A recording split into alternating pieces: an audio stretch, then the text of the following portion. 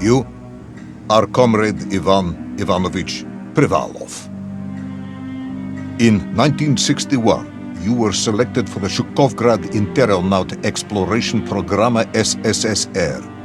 Despite failing your basic physical and being caught cheating on your entrance exams, on the morning of the 12th of April 1962, you boarded a rocket drill containing the experimental device Little Orpheus, with the purpose of descending through the Earth's crust to discover the relative hollowness of the interior and its suitability for colonization. No, you've lost me, General. Did I do what? You and Little Orpheus were dropped into an extinct volcano to drill to the center of the Earth and find out if we could establish a city there. Note, if you will, that this date is over 3 years ago.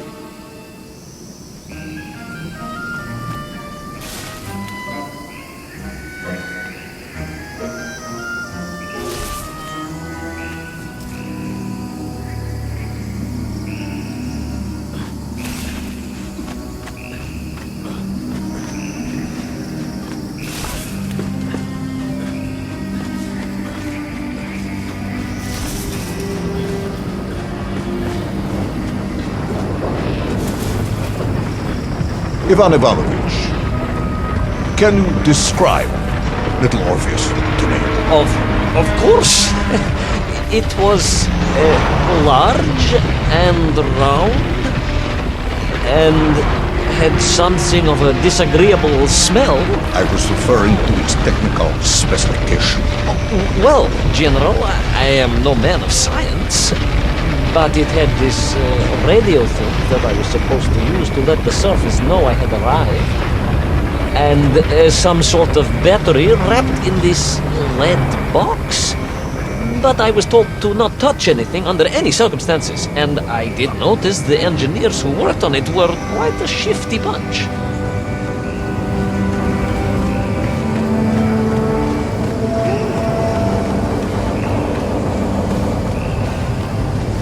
The Little Orpheus device contained a radio transmitter capable of sending a signal through miles of solid rock. In order to boost this, a powerful energy source was required. An atomic bomb, Comrade Privalov. An atomic bomb that you have lost somewhere below the Earth's crust. Yes, that bomb. Of course, General. I can explain everything. But it is a long and somewhat complicated story. And let me assure you, this is not a case of milking chickens. But you won't understand where your bomb and Little Orpheus has ended up unless I start at the very beginning and you let me tell you where I've been for the last 3 years.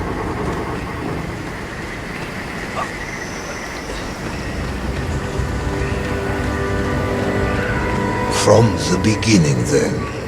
But this had better be good. Good, General. It's more than good. It's extraordinary. And it began like this.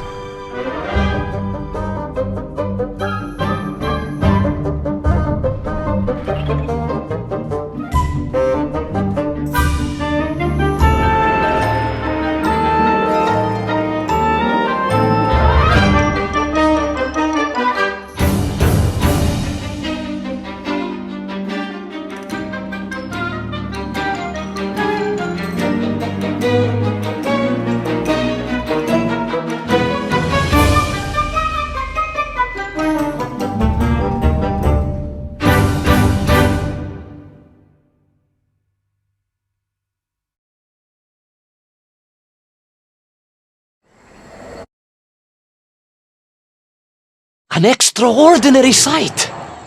I realized this must be the fabled land of Plutonia, as documented by the brilliant scholar Obruchev. A trail of destruction, carved by the rocket drill, led down into the wild and mysterious jungle. The rocket drill itself must have snapped in half somewhere below Kamchatka. And Little Orpheus bounced out and became lost in that prehistoric forest.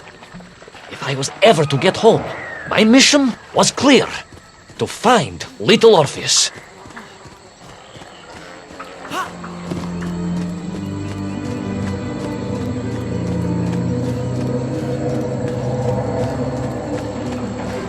I steeled myself and plunged deeper into that prehistoric jungle where insects the size of dogs buzzed around. Dogs. What sort of dogs? I beg your pardon, General? Large dogs or small dogs? Big like an ovcharka or small like a barlonka? Does it really matter? Of course. Litre is all important. Ovcharka then, General. The size of an ovcharka. I find that very hard to believe. Would you find it easier if they were the size of a balanka? No. But I am enjoying your attempts to persuade me.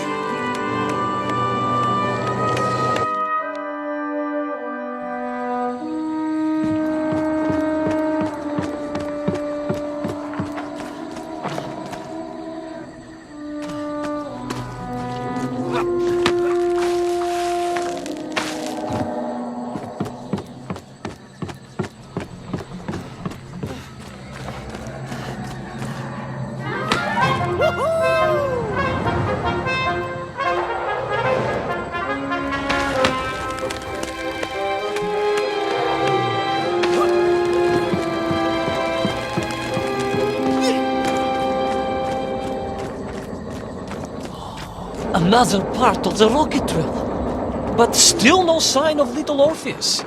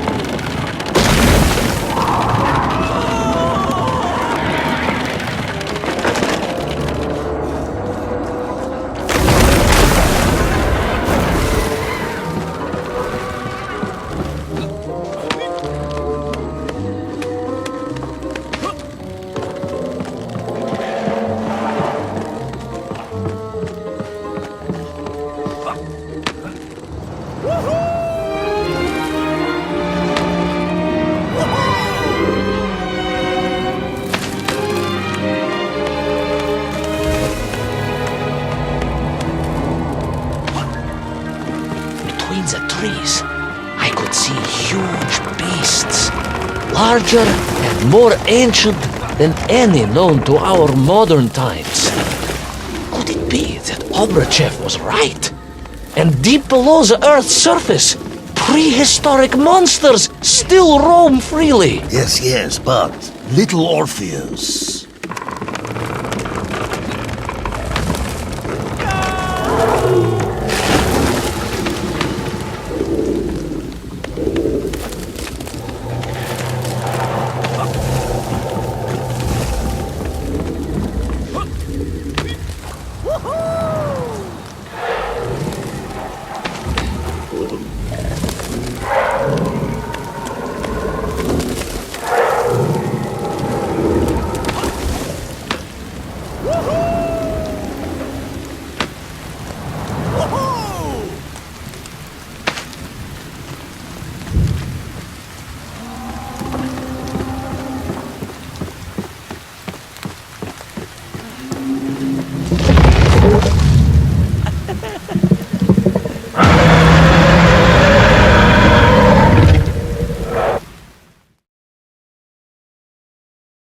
Terrible lizard intent on making a snack of me was none other than the most awful of the monsters, the Tyrannosaurus Rex. Oh, now you are an expert on dinosaurs. Oh, hardly an expert, General.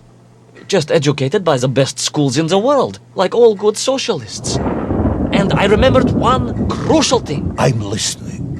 Well, its greed is without bottom. Its hunger is ferocious, but its brain is absolutely tiny. So, it can roar and roar as much as it likes, but it will never be a match for the sharpened mind of the good Soviet worker.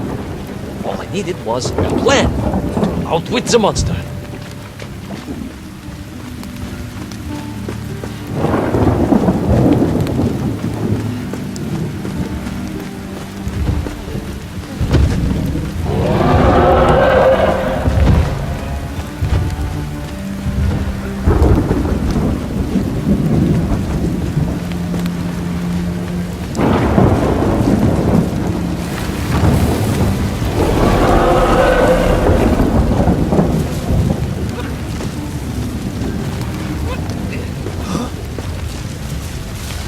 Imagine my shock and surprise to find in that clearing the last part of the rocket drill.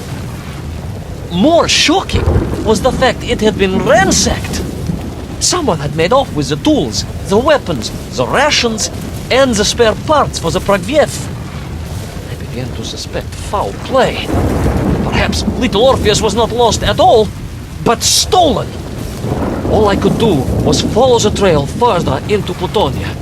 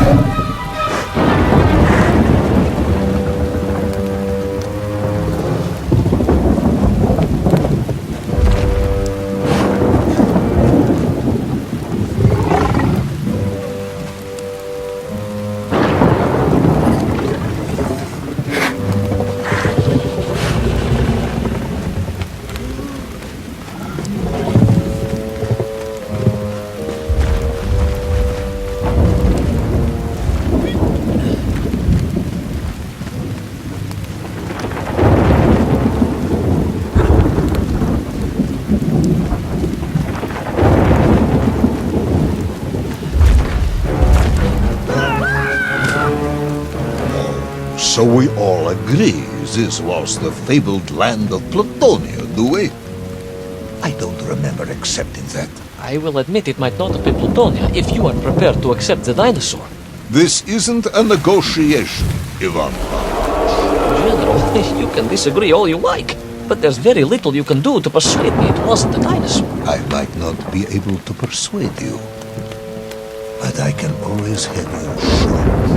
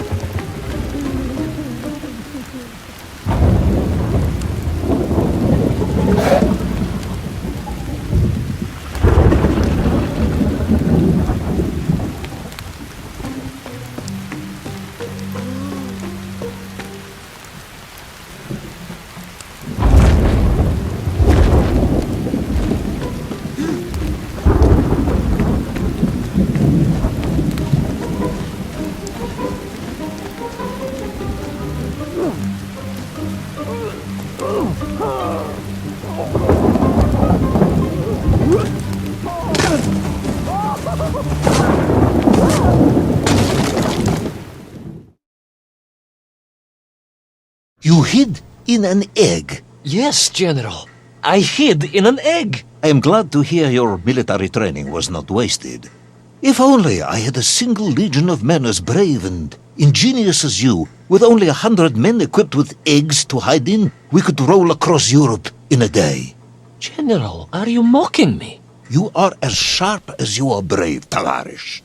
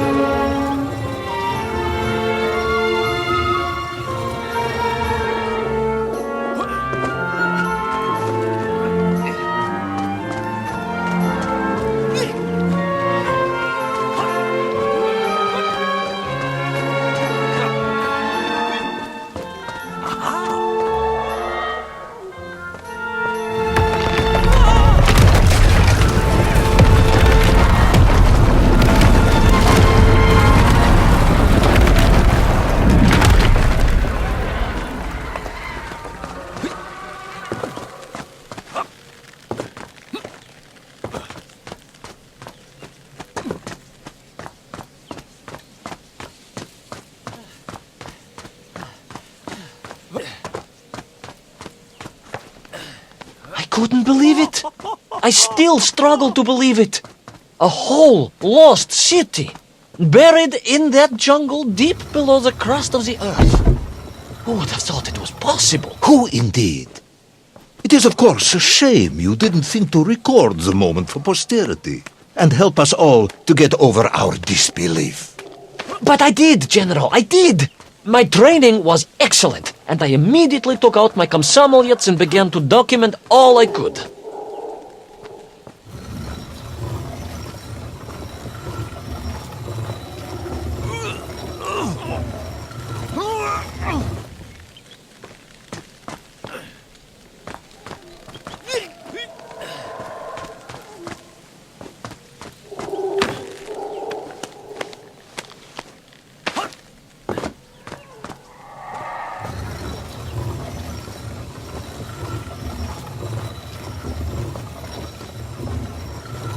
So, where is this camera now, then? Ah, General, yes. What of course I meant to say was my training was excellent, and I immediately reached for my camera, only to realize it must have been torn from my utility belt in the crash and lost forever in that forgotten jungle.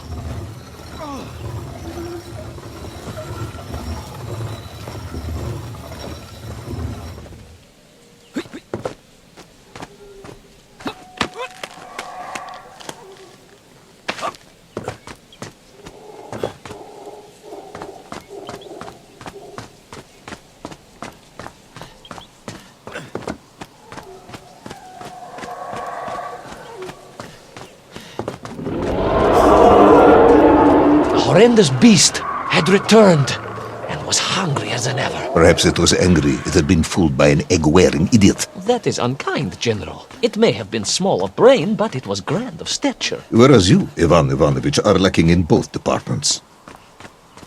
Presuming there were no more eggs to hide in, Did you have a new plan? I did, General. Please, do tell me, what was this brilliant plan? I ran like hell, General.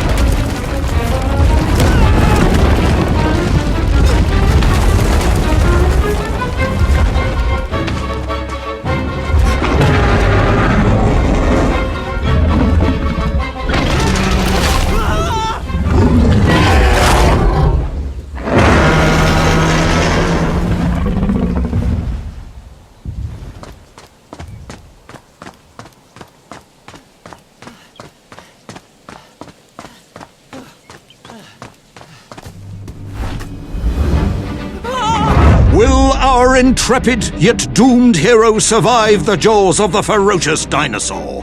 Will he meet his end miles underground as an aperitif for a ravenous raptor? What dark secrets could be buried in the lost city of Agatha? Will the general ever discover the location of his lost bomb? All of these questions and more will be answered in the next exciting episode of Little Orpheus!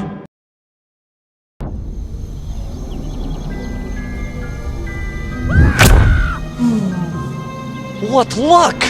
What a miracle! One moment I was rushing into the fetid tonsils of that horrible monster. The next, I was plummeting downwards to the jungle floor beyond its reach. Afraid I would land on something soft. Perhaps your head. But nothing could have prepared me for what was about to unfold. An epic saga of pride, power, and revolution. A struggle for freedom, the likes of which our world has never seen. And it happened like this.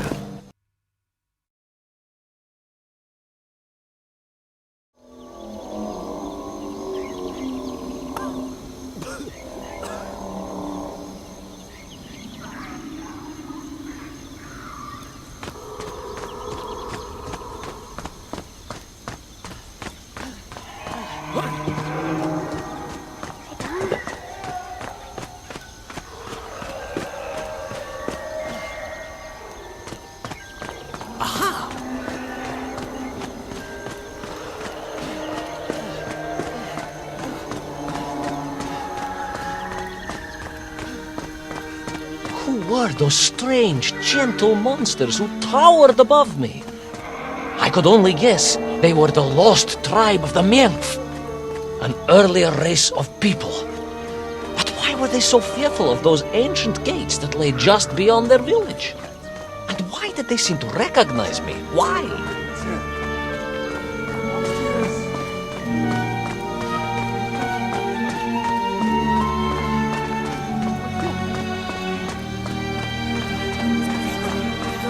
Yes, I'm also wondering why. Ну а как же, генерал? Who was I to question such things? Trapped as I was deep underground.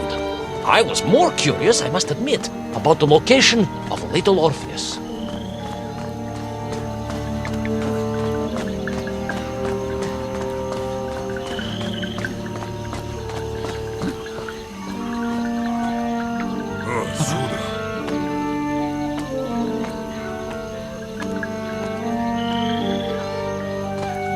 You talk of a great city, a mighty power. Yet your Menf squatted like savages in huts at its boundary. They did. And the answer to that mystery lay beyond my grasp at that point. Because it was a wonder, it truly was.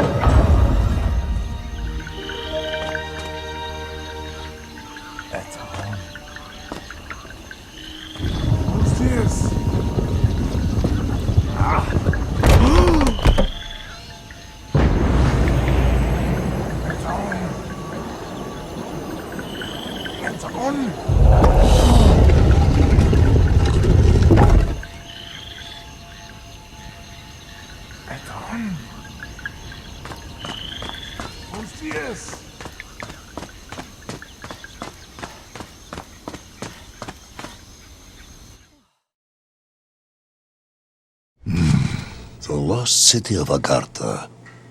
I hope I may one day see it myself. Oh, General, if only you could. Unfortunately, as I shall explain, should you seek Agartha now, you wouldn't find it. It has been utterly destroyed.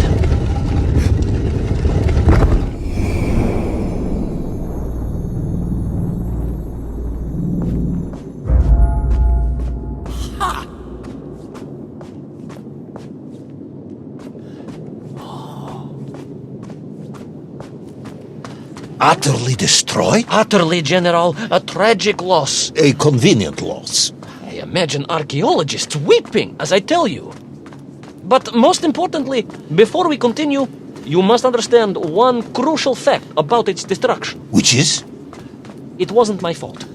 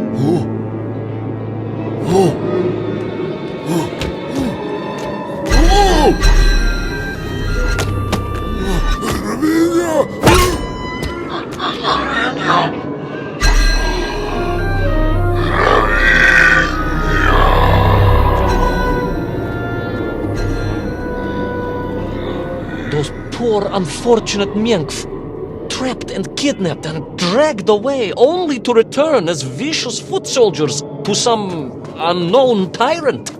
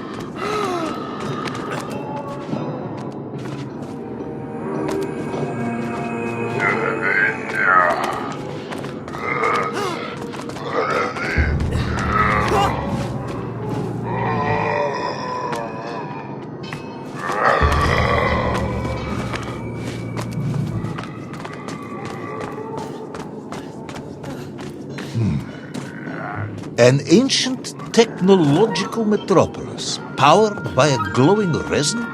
carved from the very earth? A glowing resin carved from the very earth. Do you see, General? I fear you are about to enlighten me.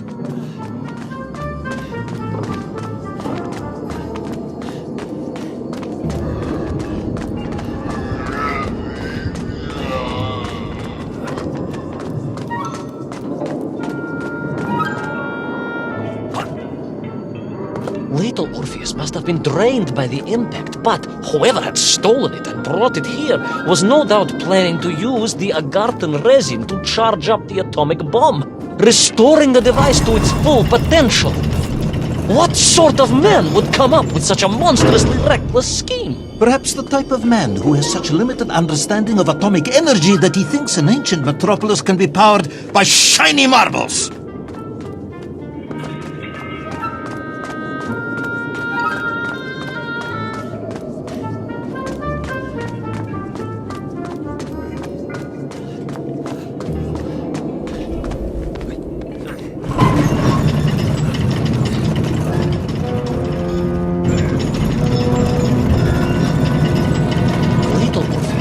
Drained by the impact, but whoever had stolen it and brought it here was no doubt planning to use the agarthan resin to charge up the atomic bomb, restoring the device to its full potential.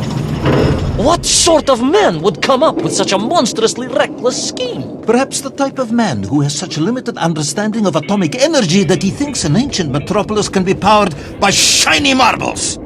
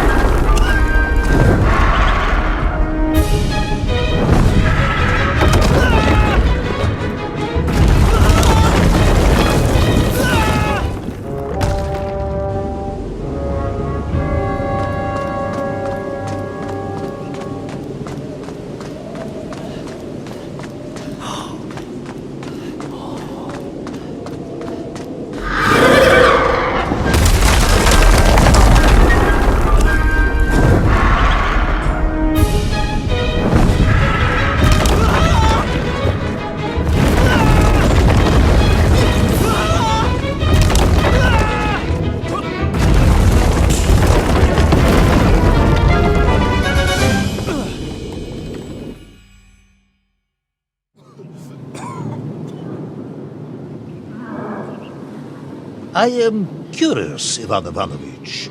You talk and talk about this great subterranean city, yet what you describe sounds strangely familiar. It does in some way bear an uncanny resemblance to the glorious architecture of Comrade Alexei Dushkin. Wouldn't you agree? Нет, General. I have never heard of this great tavarish Dushkin or his works. Interesting. Because you were photographed on the steps of his marvelous Vysotka na Krasnych Varotach, shaking hands with the Glavny Konstruktor. That was the chief designer? The sweaty little fat man with the bad hearing? Mind your mouth, Ivan Ivanovich. Don't think you can distract me by slandering one of the great visionaries of our time. Without him, neither of us would be sitting here now. I must remember to thank him for that, General.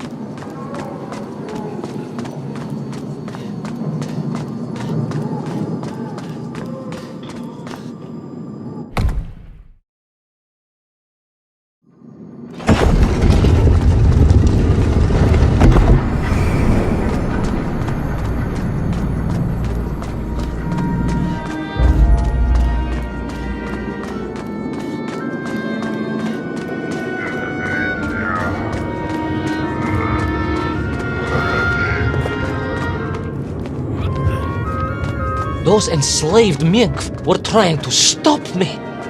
I was sure of that now. I find myself sympathizing with them, I must admit. No, General, then I have failed to win you over. Uh-huh. A point of agreement.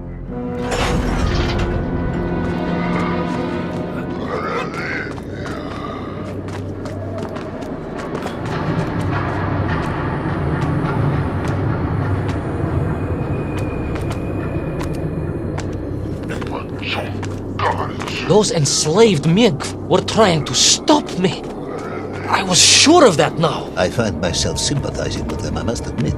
No, General, then I have failed to win you over. Uh-huh. A point of agreement at last.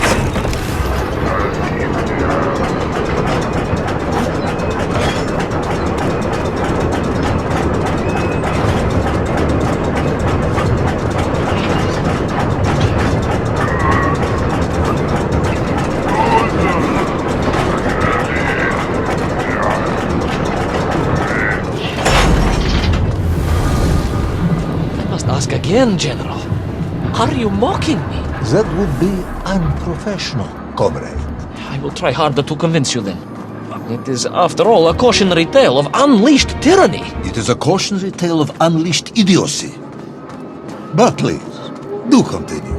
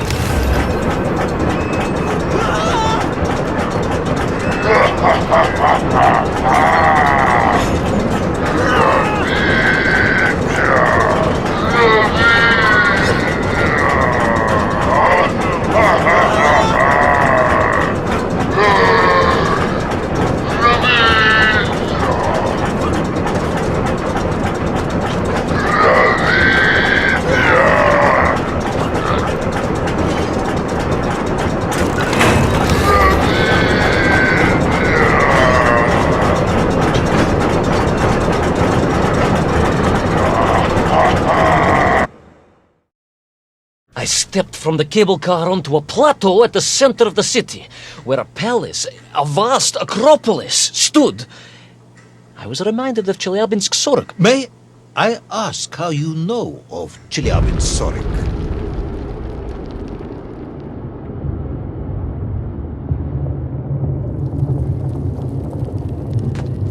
My Aunt Masha was a traveling tinker who married a beef investigator from Zlatoust. She told me of a secret but wonderful city in the west. An edifice of sheer power, humbly serving the will and needs of the people. Yes, unfortunately, that story didn't end so well. No, that's what Auntie Masha told me. And perhaps that is why I was also reminded of it. Because the moment I touched the floor in that place, I could tell something was very, very wrong.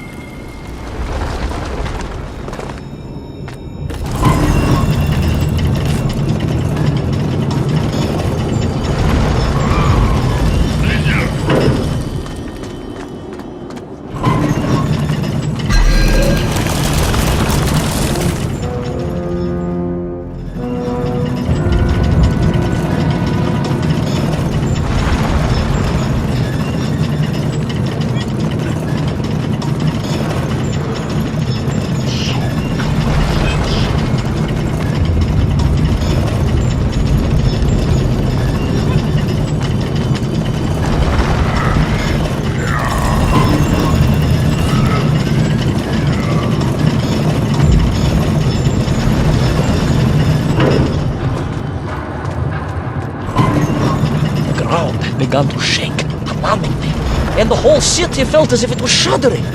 I could only imagine what I would find at the heart of the vast temple. If it isn't a giant glowing marble, I'm going to be very disappointed.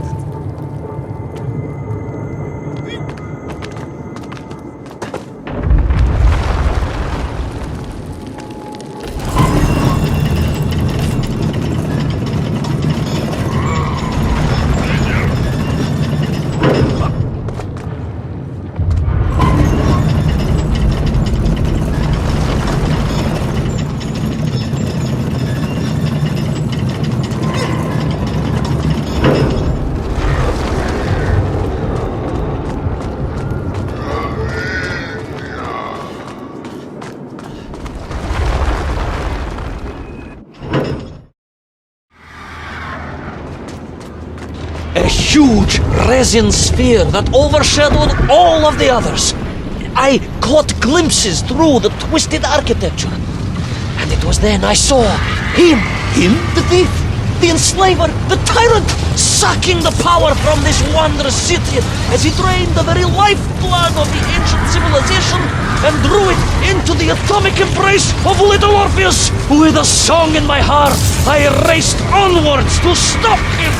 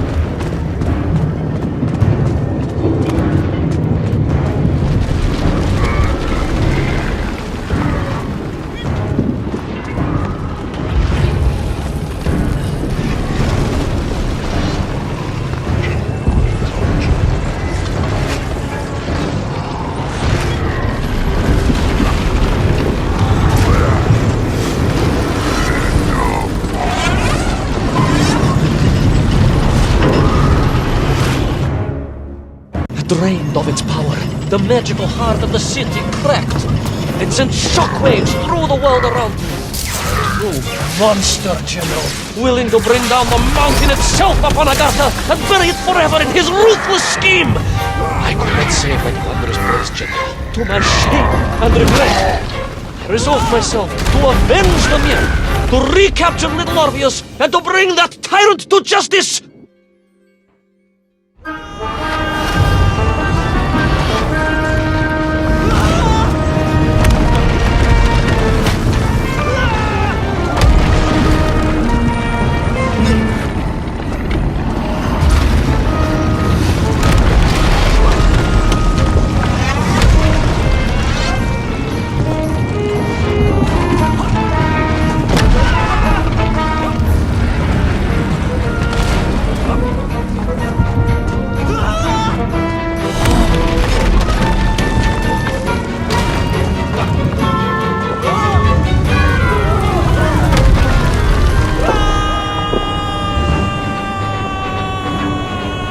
Will our plucky yet careless hero fall forever through those unknown skies? Will he discover the identity of the brutal thief commanding the army of the Menk? What chance does he have of ever returning to his beloved homeland? How long can the General's patience last? All of these questions and more will definitely be answered in the next exciting episode of Little Orpheus! I plummeted down through that weird sky towards a great turbulent ocean that roared and swelled. A ferocious sea that offered no hope of survival. I thought of home and wept, unaware that in an instant my fortunes would be changed by an event so bizarre I almost hesitate to tell you. And it happened like this.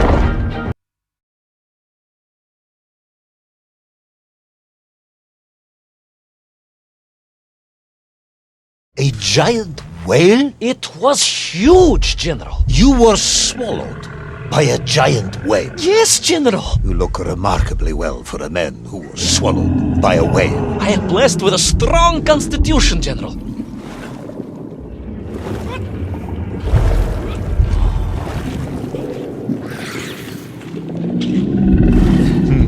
And I assume you are now going to tell me how you managed to escape from the belly of this giant whale. Naturally, General. And I must say, it really was a fascinating glimpse into the interior life of one of our world's most magnificent beasts.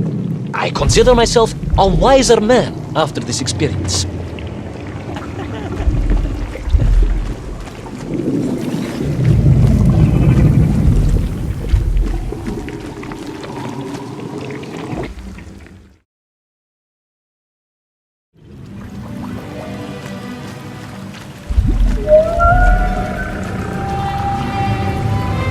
An extraordinary place, General. I could perhaps deliver a lecture on the subject to Moscow University's Zoological Society, if you like. I only want to help.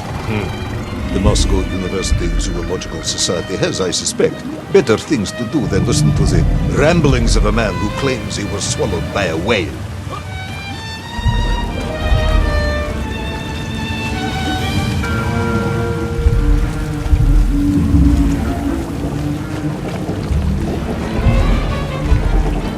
It is a shame, General. People can be so closed-minded. I, on the other hand, have little...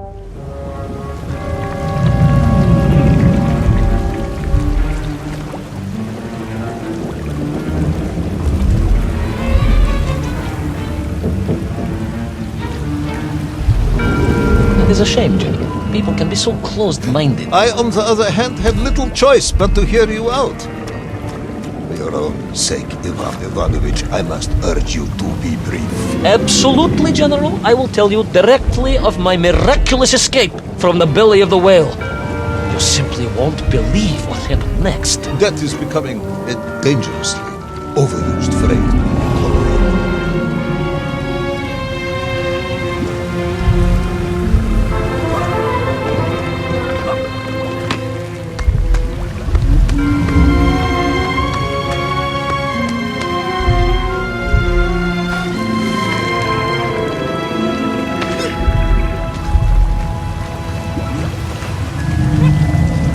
So I found myself deep within the whale's organs. A strangely beautiful place. A sort of fleshy wonderland. A glade of polyps and globules. A landscape as awe-inspiring as the forests and mountains of Altai. Oh, my home, General, that I yearned and longed for and only hoped, as I hope now, that I might one day see again. I think we're all longing for home at this point. Oh, with warm slippers, a mug of steaming spitzin, and a roaring fire. Not far from home, trapped inside a monstrous fish with only the strange and evil-looking worms that infested its gut for company. With only one's dedication to one's country and mission to keep one from falling into...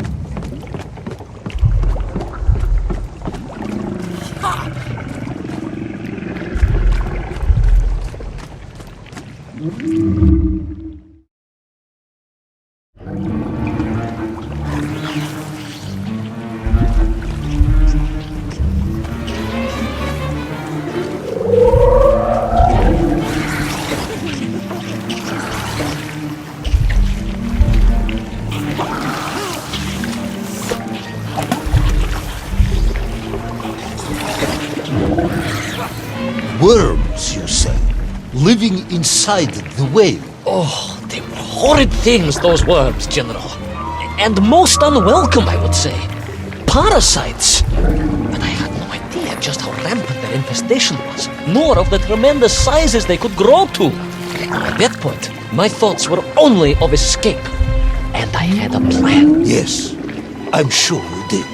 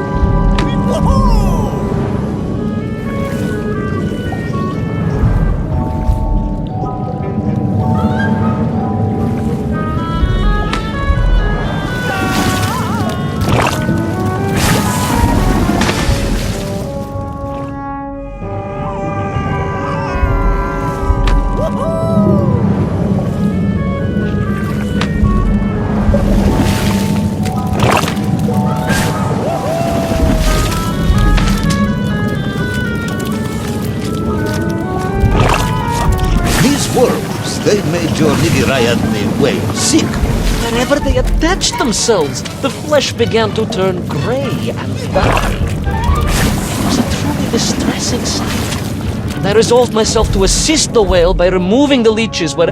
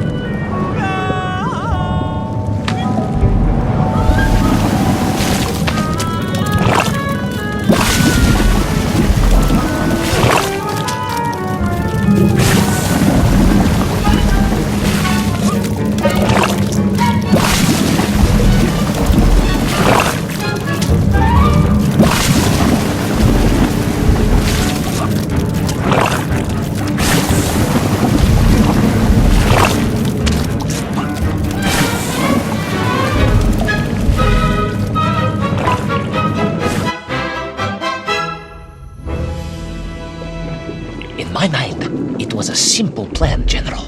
I would climb up through the whale's throat, into its mouth, then wait until it opened it to feed, and swim out. Ah, yes. Brilliant, Ivan Ivanovich. Only one or two minor flaws with it. For example, did it not occur to you that the whale will likely be deep underwater when it ate? Bravo, General. But I am a strong swimmer. As a child, my parents would take us to holiday near Irkutsk, where we took constitutionals in the waters of Lake Baikal. In fact, my mother often called me her маленький морской котик.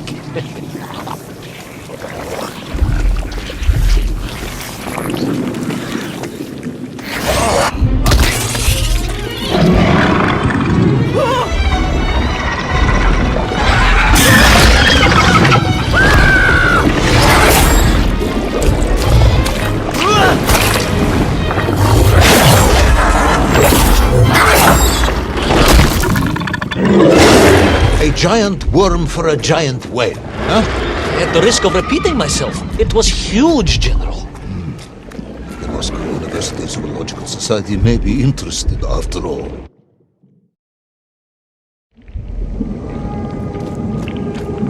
Let us take a moment, Ivan Ivanovich. Your ridiculous plan to escape through the mouth of the whale failing, you would now have me believe you had embarked on some misguided crusade to free it of the worm infestation. To what end, exactly? When one suffers, we all suffer, General.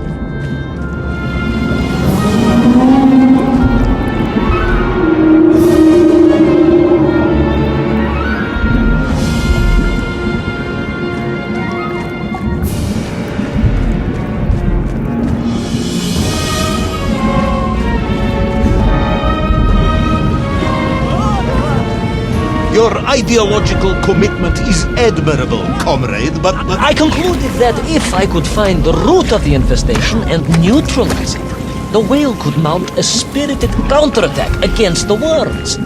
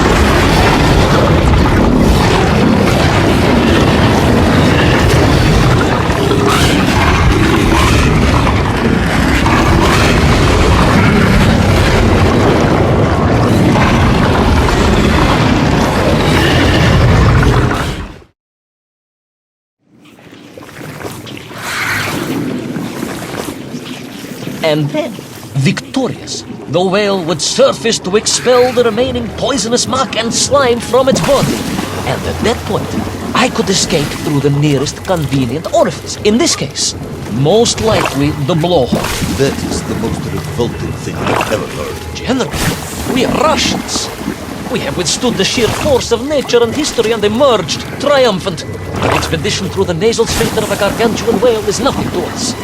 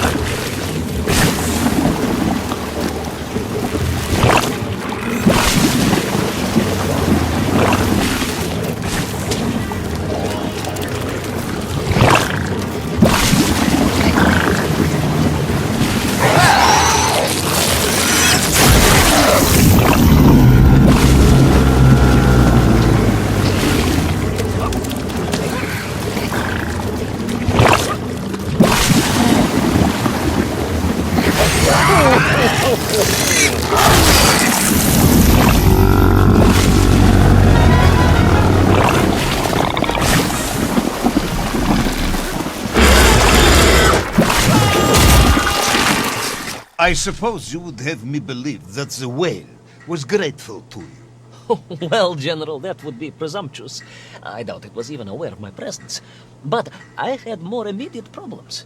For if the whale might have been relieved by my actions, the worms were enraged. Worms do... Furious. Worms Incandescent. do not feel... Violently indignant. emotions. Demented, General. Deranged. Enough!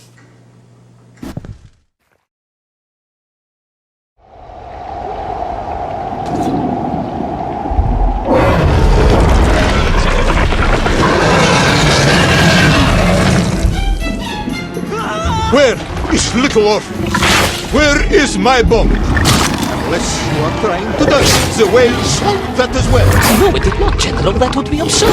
No, Ivan Ivanovich, you are absurd. Your story is absurd. This whole ridiculous fairy tale is absurd.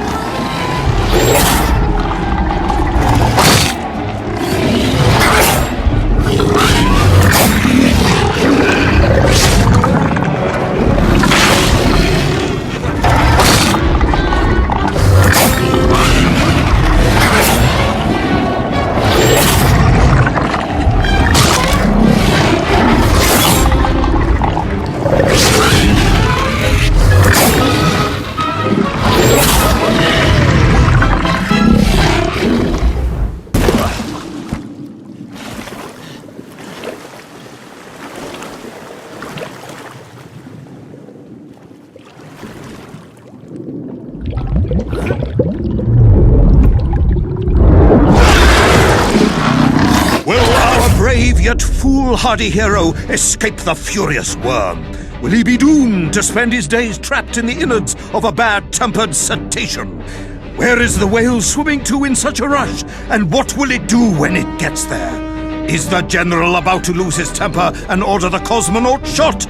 All of these questions and more must surely be answered in the next exciting episode of Little Orpheus!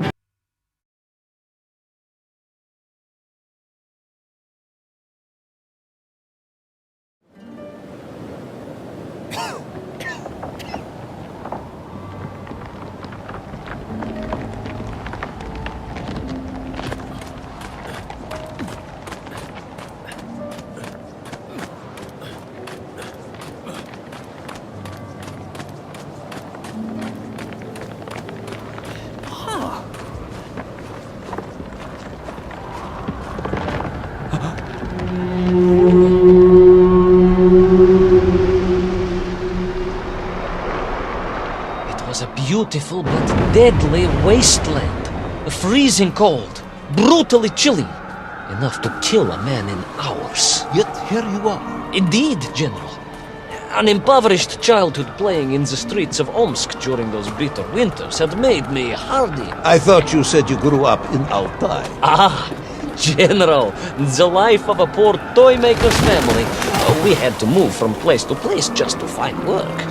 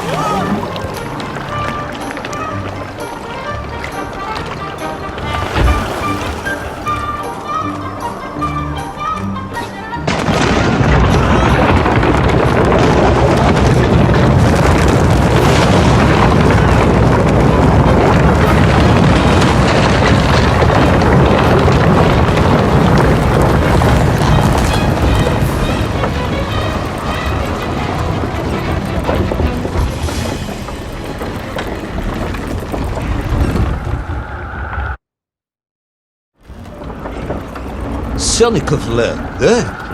Of course, Sanikov himself reported nothing more than a bluish fog on the horizon. Your island may be nothing more than the Sanikov land, eh? Of course, Sanikov himself reported nothing more than a bluish fog on the horizon. Your island may be nothing more than the product of overactive imaginations. General, consider this.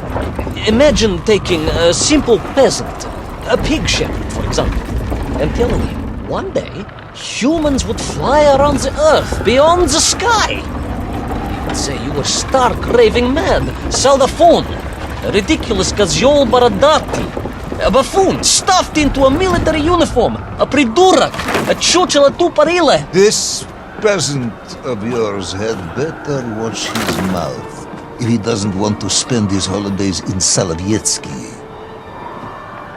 Perhaps you should return to your story.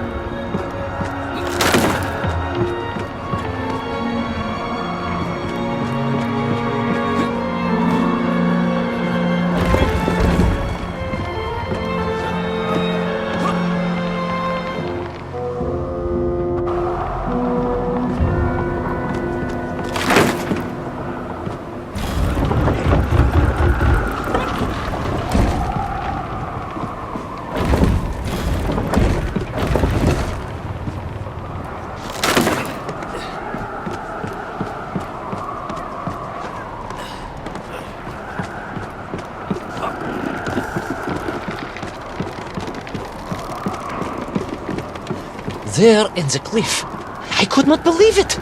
A hairy elephant, trapped and frozen in the ice. A mammoth. No, General, a hairy elephant. Who would think such a thing could be?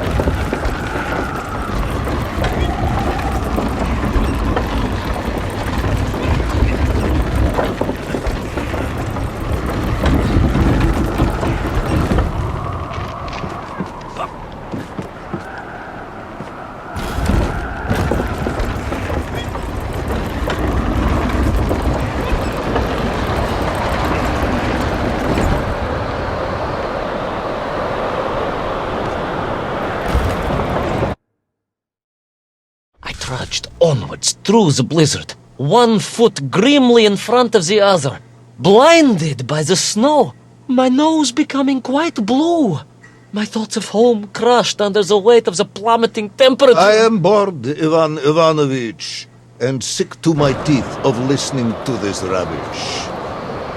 Let us speak plainly now. You will tell me where my bomb is, or I will have you shot.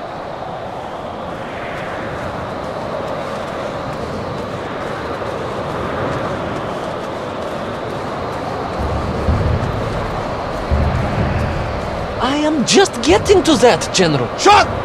Comrade Primal! Shot with real bullets, fired from a real gun, not some ludicrous Bultavia about lost cities and dinosaurs and mink and mammoth. It was a hairy elephant. No! I will not tolerate any more! Where is the bomb, Ivan Ivanovich? Where is Little Orpheus? It was right there. What? It was there. At least I realized it must be. Where? There? On Sonic Land? Yes, General. Because as the storm began to clear, I realized with a strange excitement and trepidation that I was not alone on Sunnycliff Land.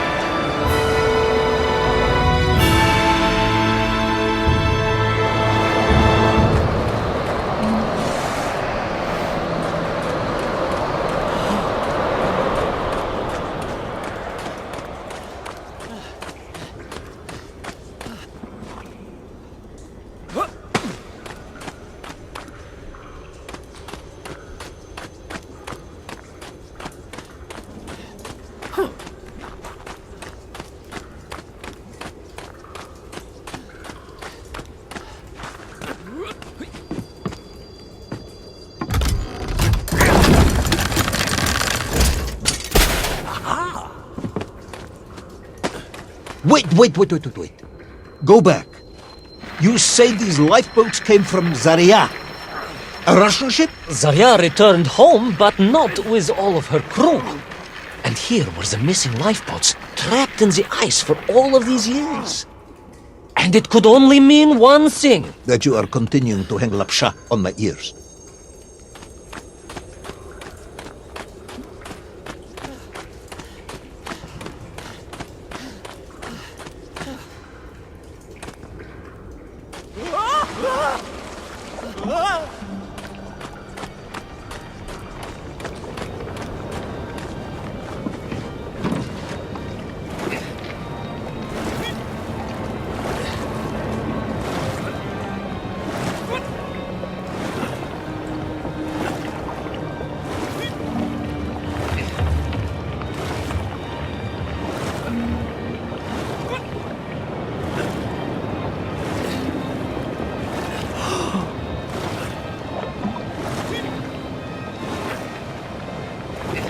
Baron Edward von Toll.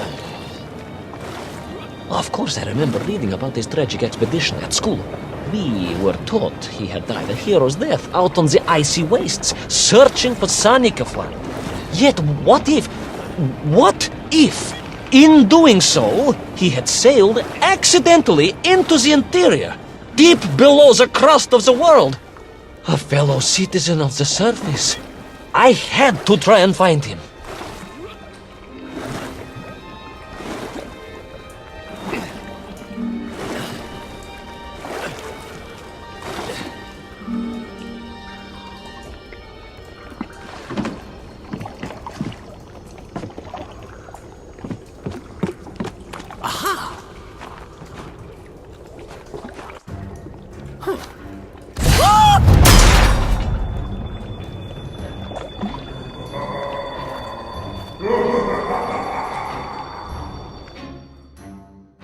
A dead explorer stole my bomb. Not dead, General, but quite insane.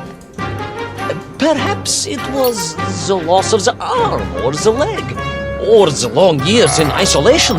But Toll was clearly mad. You should have got along perfectly then. Oh, how I wish we had. But no, General. Whatever Toll's intention with Little Orpheus was, I had no time to consider it. I was in mortal peril once more.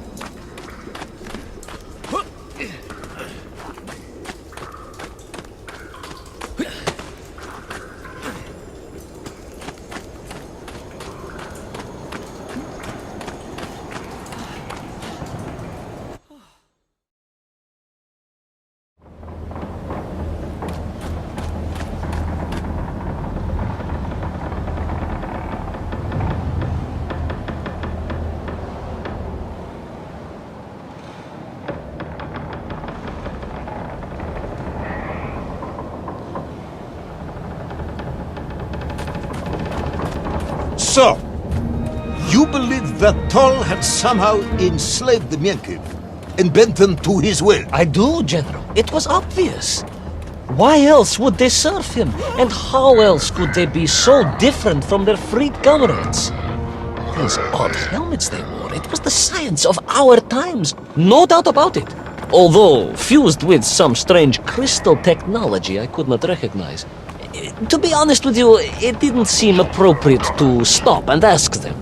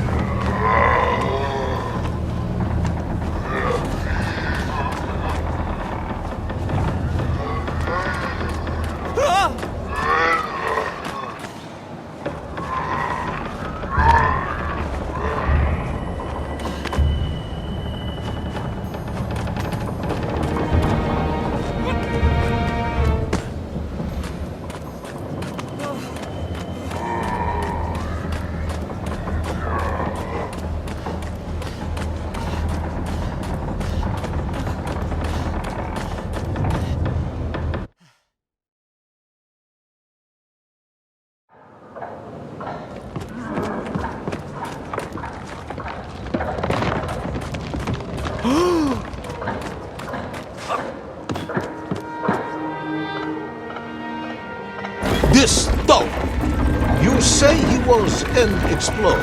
Yes, General, he was. He vanished some 60 years ago. I remember the story well. And you say he stole Little Orpheus? To get home, General. To get home! I think he must have thought he could use the atomic bomb to blast his way back to the surface.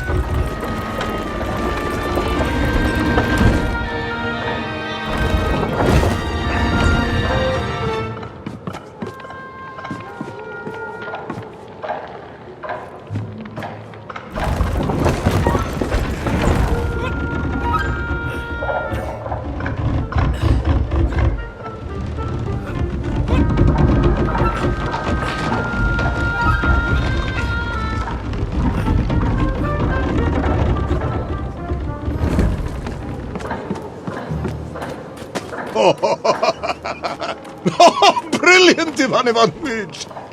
And you expect me to believe that 100-year-old madman not only survived below the Earth's crust, but enslaved his Menkiv, explored the lost worlds, and discovered the secrets of atomic power, all by himself? Brilliant, Ivan Ivanovich! And you expect me to believe that 100-year-old madman not only survived below the Earth's crust, but enslaved his Menkiv, explored the lost worlds, and discovered the secrets of atomic power, all by himself? A Tsarist general! An imperialist! No doubt harking back to the terrible days before the Great Revolution! And Estonian! Estonian general! They are wily people.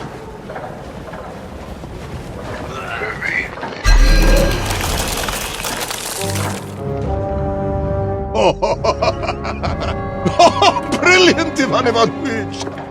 And you expect me to believe that 100-year-old madman not only survived below the Earth's crust, but enslaved his Menkiv, explored the lost worlds, and discovered the secrets of atomic power, all by himself? A Tsarist general! An imperialist! No doubt harking back to the terrible days before the Great Revolution! And Estonian! Estonian general! They are wily people.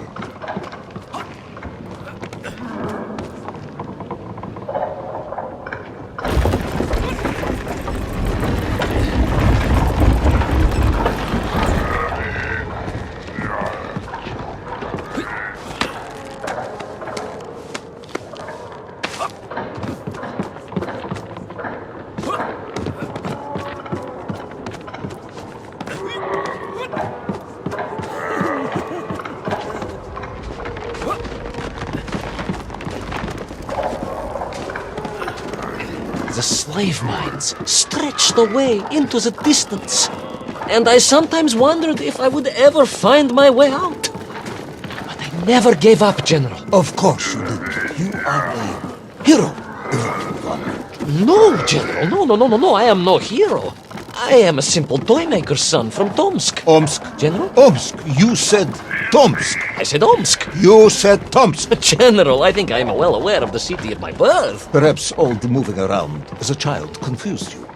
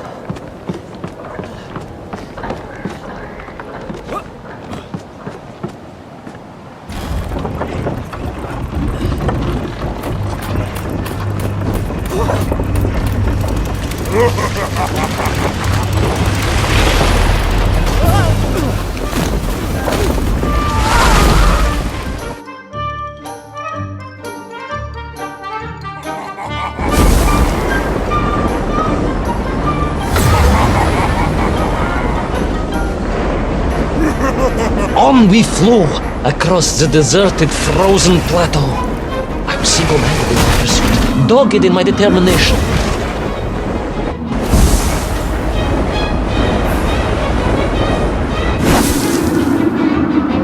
I would take back Little Orpheus and prevent Toll from detonating the bomb.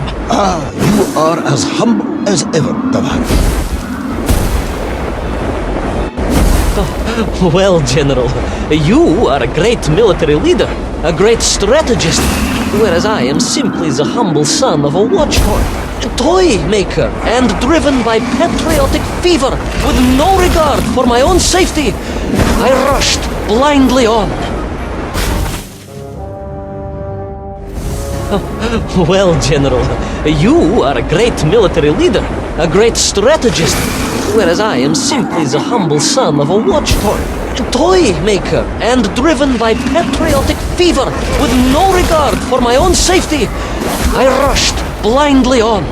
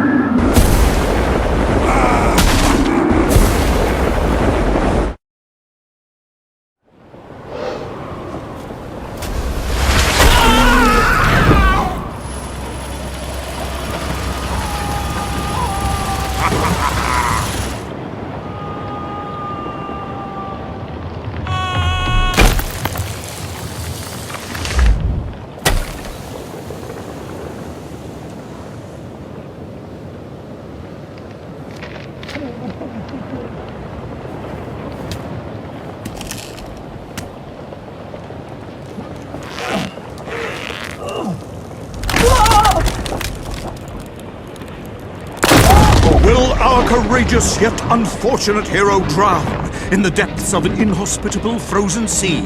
Will he thaw out in time to prevent Tol from detonating the bomb? Will the general holiday in Omsk next year? Or Tomsk? Or perhaps both? What exactly is the difference between a mammoth and a hairy elephant? All of these questions and more should almost certainly be answered in the next exciting episode of Little Orpheus! I thought I was doomed. But a miraculous thing happened, General. I could breathe. It must have been the helmet that was jammed onto my head.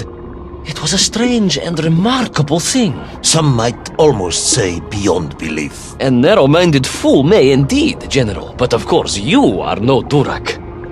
But even as I sank towards the floor of that lost ocean, my journey was about to take me to darker, stranger territory than ever before. And it happened like this.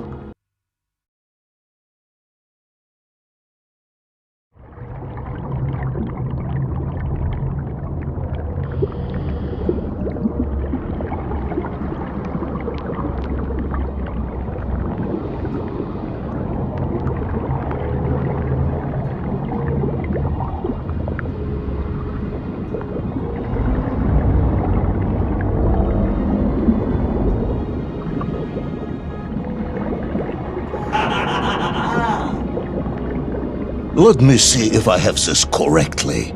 After narrowly failing to apprehend the mad missing explorer Tol and recapture my atomic bomb in your giant snowball, you fell through thin ice and sank to the bottom of a subterranean ocean, discovering along the way that the mind control helmet you had accidentally wedged onto your head enabled you to breathe underwater and resume your pursuit across the seabed.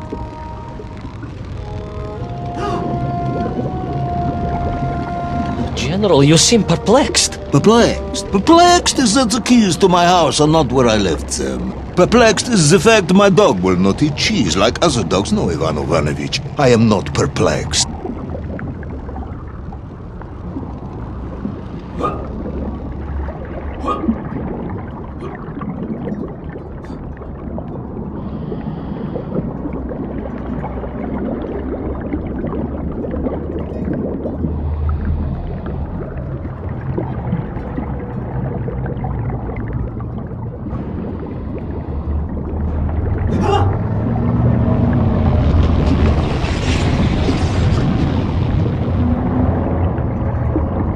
That is unfortunate, General. Once again, Comrade Privalov, I must correct you. Unfortunate is losing one's car in a snowstorm. Unfortunate is booking opera tickets on your wife's birthday and getting the date wrong. Was she furious?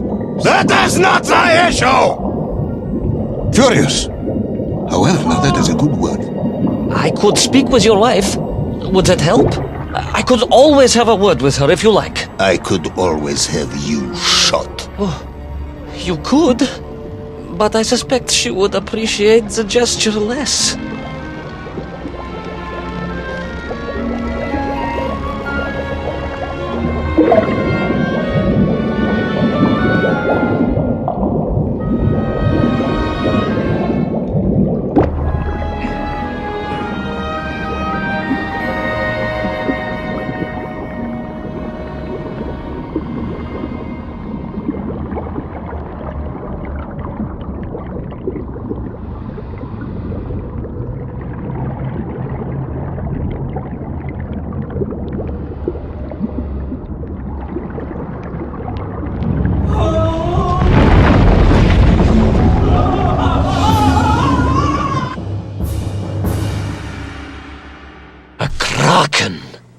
A vast monster of the sea. A giant, humongous, many-armed electrical destroyer of ships and cities. Electrical? Electricity flowed along its horrible body, sparking and stunning all it touched, flowing like deadly rivers along its awful tentacles.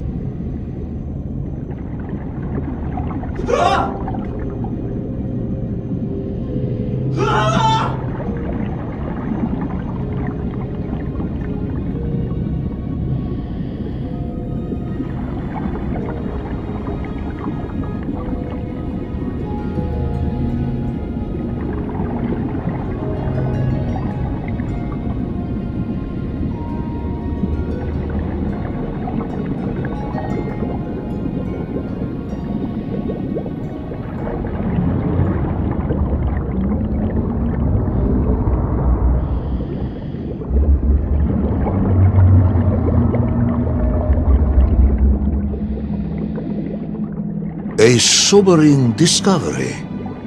Are you suggesting that the vessel simply wandered off course and sank here? That seems unlikely even by your standards. No, General, I only wish that were true. The mighty ship showed terrible scars, signs of having been grappled and torn asunder by some huge and terrible adversary. That is indeed strange and curious. I am troubled by this discovery. Might you almost be perplexed, perhaps? Don't push your luck.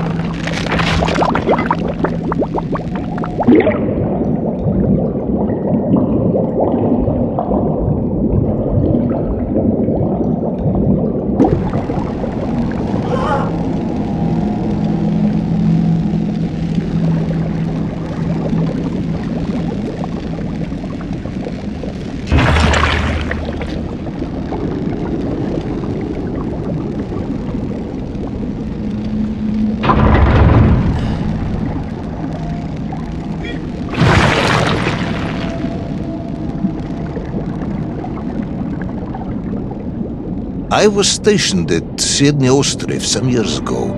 I am only too aware of how easy it is for the imagination to create monsters when one is exposed to lonely and dark places. My men required constant monitoring. Much like my cousin Pavel. He was also stationed at Ostrov? No, he required constant monitoring. He was a devil for stealing eggs.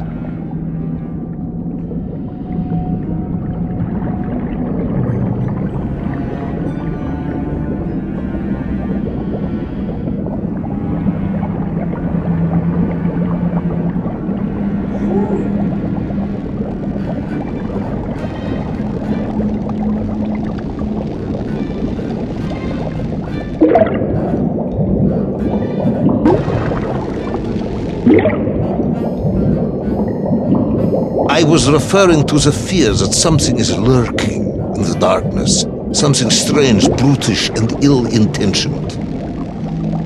Again, that sounds much like my cousin Pavel.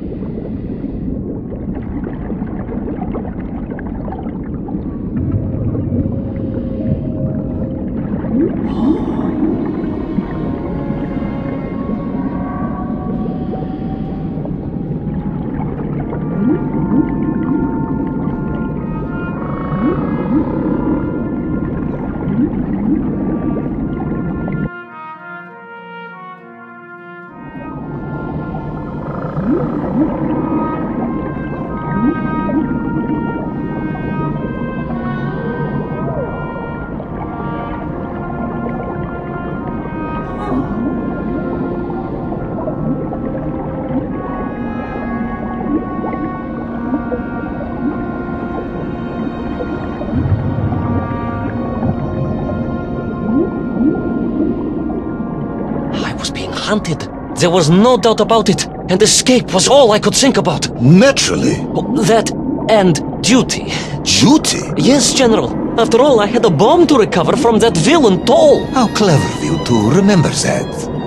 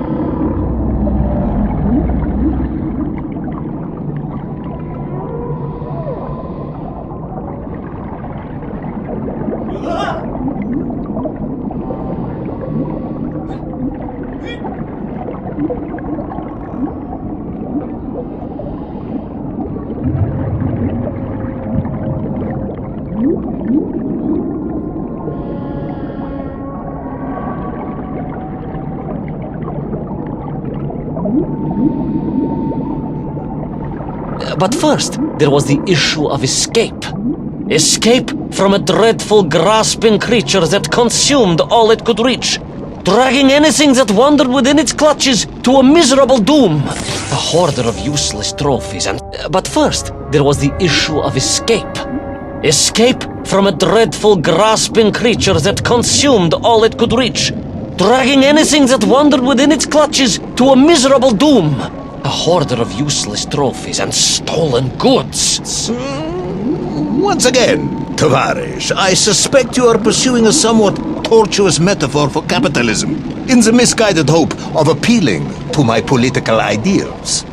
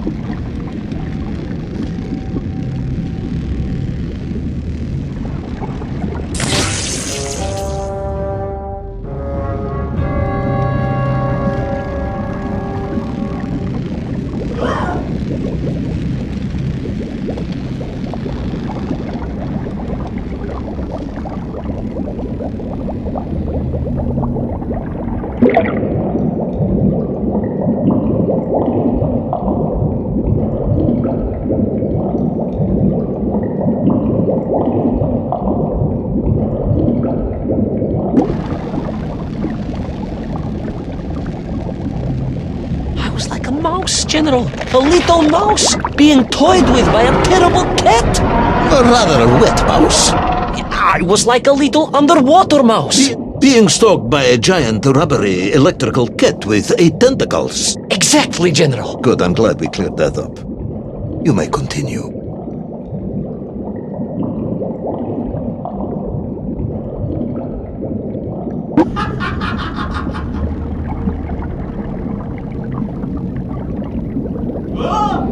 Submarines. You didn't mention submarines before. Didn't I? Why? No, Navernia, General, of course. Submarines. Millions of them. Several, at least.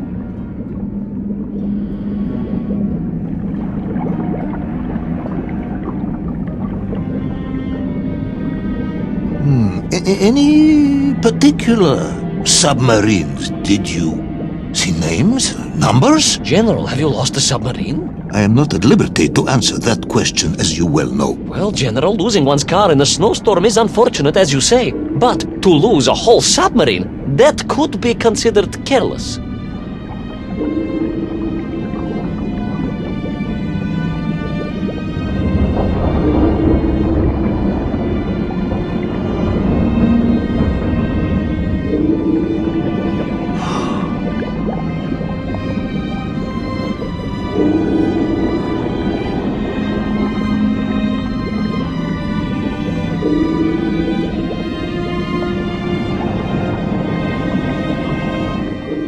And you are certain it was M256? Well, that was painted on the hull, so I can only assume so. I think I know where this dismal story is going next. You somehow miraculously brought the remaining closed cycle engine online, flooded the torpedo tubes, dispatched the Kraken with one shot, and triumphantly surfaced. No, General. That is not what happened at all. I did indeed make my way to the torpedo tubes, but for a very different purpose. After all, history has taught us that atomic power is not to be toyed with. Much like tired, impatient generals, perhaps. Particularly the perplexed ones. Indeed, General. Or like dogs that will eat no cheese.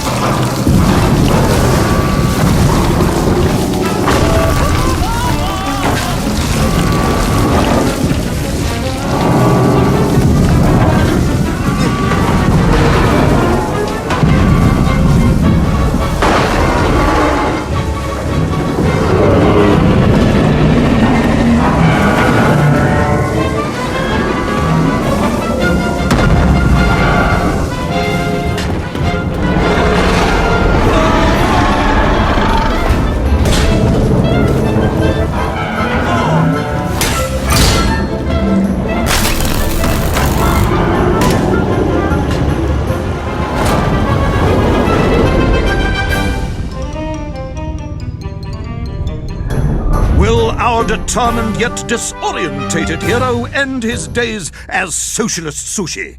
Will his daring exploits be cut tragically short by vengeful calamari? Will the general's wife ever forgive him for missing Ruslan and Lyudmila? And just how many eggs did Pavel steal, and where did he keep them? All of these questions and more may or may not be answered in the next exciting episode of Little Orpheus! I was alive, General. Somehow, miraculously, I was alive. Some twist of fate, some hand of destiny, but I was alive. Strange as this new world was, I knew Toll must have come this way, and it was my task to find him. And it happened like this.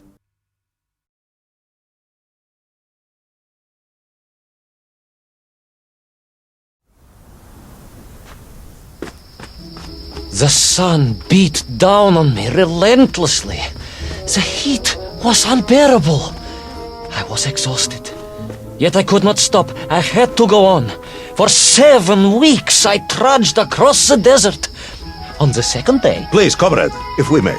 I think we can skip the details, unless you consider them to be particularly relevant to the location of Little Orpheus. Of course, General. We will simply omit the tale of the singing chasm, the oasis of mirrors, the sightings of Toll's Mienk aloft on their pterodactyls carrying parts of my crashed rocket drill over the horizon to Lemuria. Wait, the what? Singing chasm? Not that bit, the rocket drill. Oh yes, General, the rocket drill. But what did Toll want with it? And why Lemuria? Lemuria? Lemuria, General. I am not familiar with this Lemuria, comrade. Well, that is because it does not exist, General. Or at least, so I thought.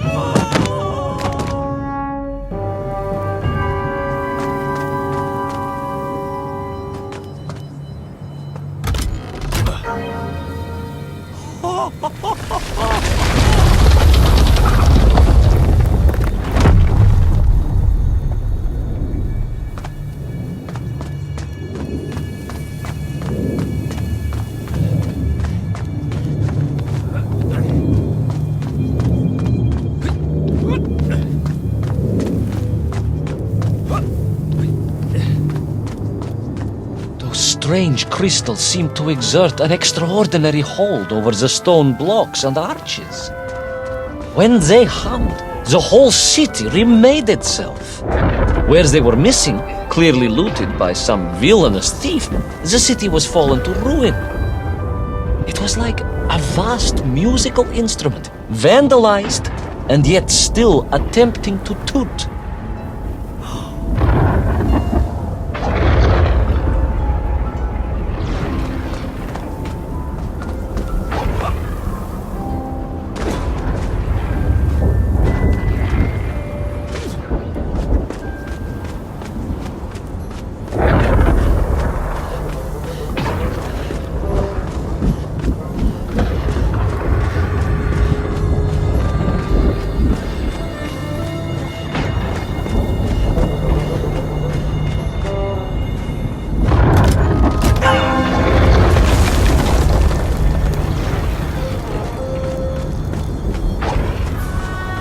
How poetic.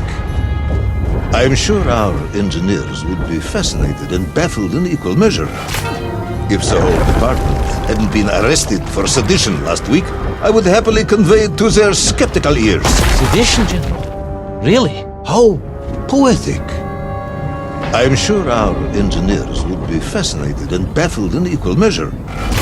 If the whole department hadn't been arrested for sedition last week, I would happily convey it to their skeptical ears. Sedition, General? Really? How poetic. I am sure our engineers would be fascinated and baffled in equal measure. If the whole department hadn't been arrested for sedition last week, I would happily convey it to their skeptical ears. Sedition, General? Really? That is unfortunate news indeed. I am joking, Comrade.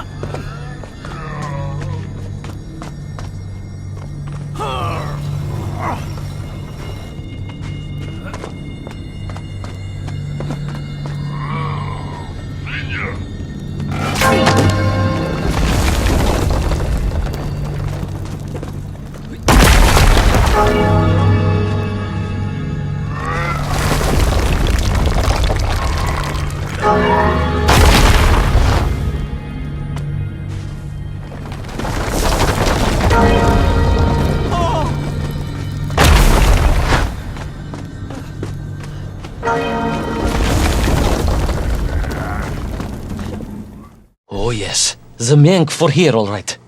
Which meant whatever dastardly scheme Toll had, it was to be enacted on these burning sands. And you will explain this in due course, I imagine. Imminently, General. What you need to know first is this. I have told you already how parts of the devices the enslaved Mienk were forced to wear came from the surface. Radio parts and so on, yes, from what you have told me. Assuming there were plenty of lost ships in the ocean as you claim, for Toll to have dredged up what he needed to assemble them. Aha! Good! You are one step ahead of me, General. I said assuming. Of course, assuming.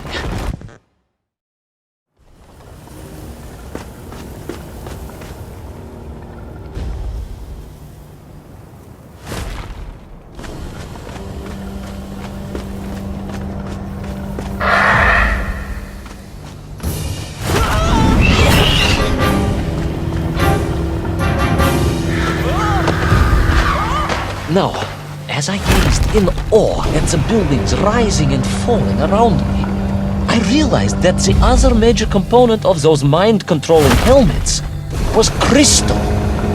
Tol had raided Lemuria for them. He knew the city. He knew the crystals could amplify vibrations and waves, and was using them to boost the signal of the radio parts to exert his control over the MIGF. Which meant, Yes? imagine, General, what such amplification could achieve when fused to the finest atomic science our great Soviet civilization has produced. Wait! I do not understand. You said Tol was planning on using the bomb to shatter the Earth's crust to return to the surface. A tragic mistake, General. I recognized the extent of his mad ambitions. You mean to imply Tol would have attempted to enslave the Russian people? Bah! The will of the Soviet citizen is mighty and strong. To you, perhaps, as a trained warrior, but consider, perhaps instead, a humble son of a toy maker from Tomsk. Ah, yes. Perhaps we have our share of simpletons, after all.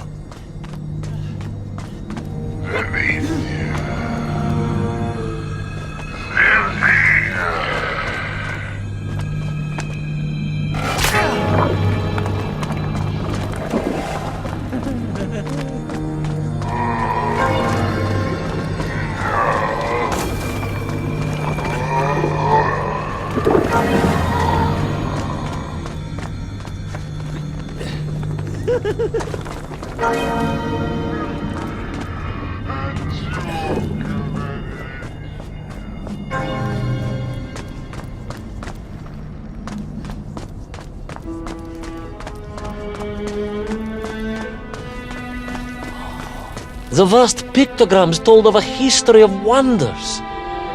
They seem to suggest the Lemurians were travelers from another world, where a mysterious clock seemed to stand. That is very mysterious. As mysterious as the location of Little Orpheus, perhaps. Ah, yes, of course, General. I am just getting to that.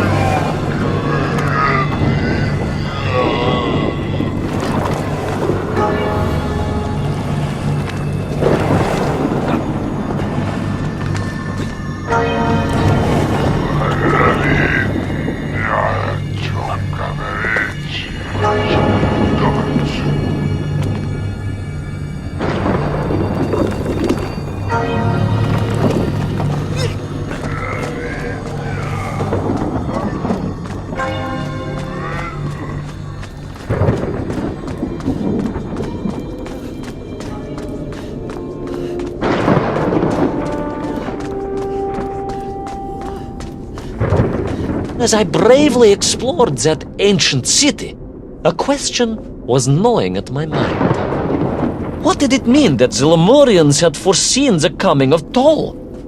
And who was the man from above that was celebrated as the savior of the Myenkf? It was almost as if they could read the future in their crystals.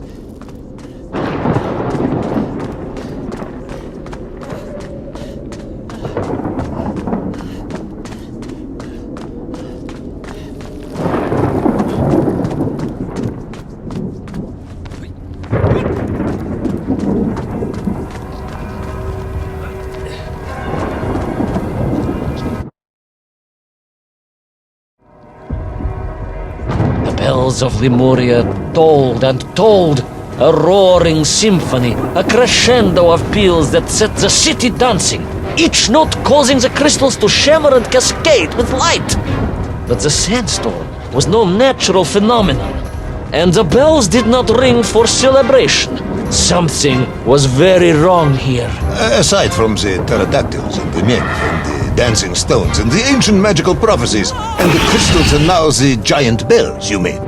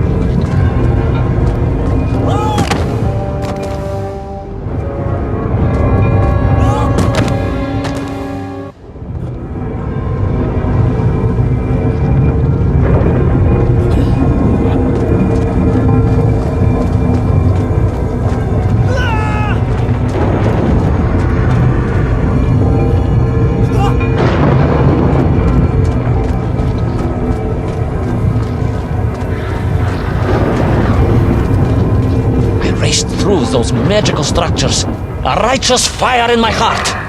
I was like Dobrynya Nikitch, prepared to strike at the dragon who threatened my homeland. Your heroism is only surpassed by your modesty. On the contrary, General, I chose Dobrynya carefully. Like him, I am a simple peasant. It was fate that chose me to descend to the Earth's core. It was General Komanin who chose you to descend to the Earth's core. But don't let that get in the way of your story. Well then, award General Polkovnik Komanin the highest medal in the world. He already has several of those. I cannot take credit for his wisdom in sending me.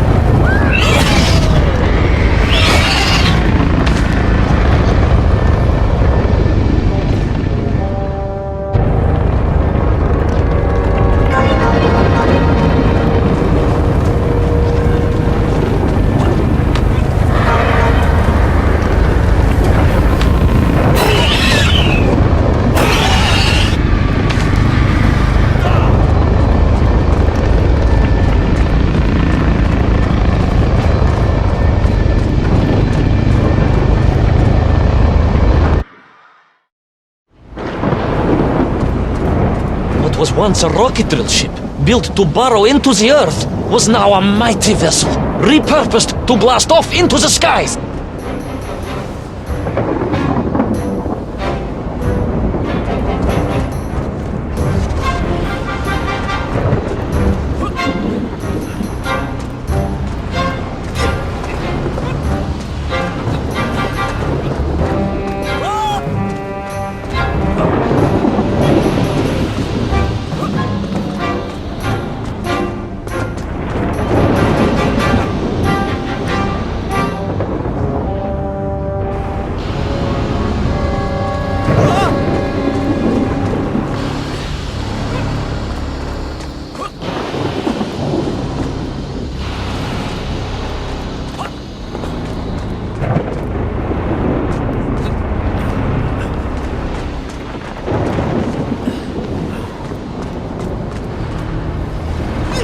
There was no doubt the toll was headed for the strange world with its clock, although to what end I was yet to understand.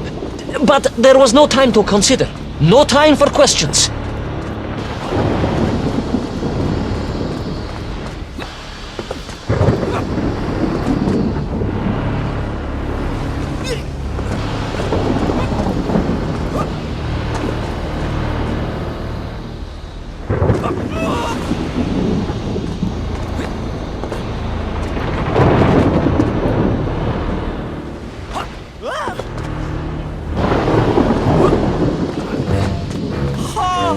Was on the rocket.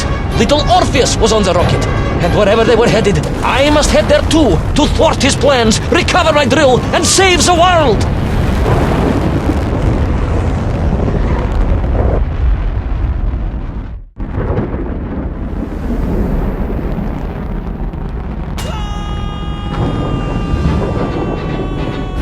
Will our enthusiastic yet disorientated hero be burnt to a cinder by the rocket's engines? Will he be smashed into the rock that surely must be beyond the Lemurian skies? Does Nikolai Petrovich Kamenyin really need any more medals? What was the strange clock, and what could it all mean? All of these questions, and more, will be answered, if you're extremely lucky, in the next exciting episode of Little Orpheus!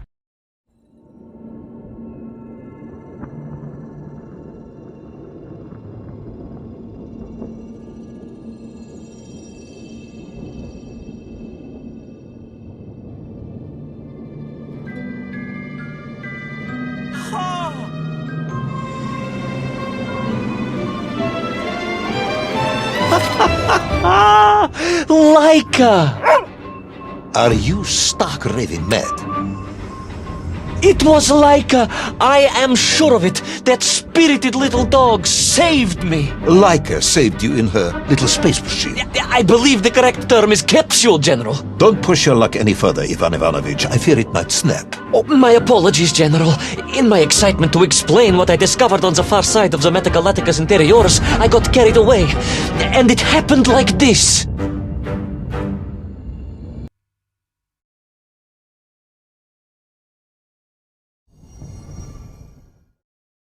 A rocky moon. It's the center of the Earth. The source of all creation, General. A place where time flowed like rivers, and boulders of raw matter rained like comets upon the cratered rock. Another miraculous escape from death. Another happy accident. It was no accident, General. Laika took me there entirely deliberately. I'm sure of that. She continues to be a heroine and a savior and protector of our great nation.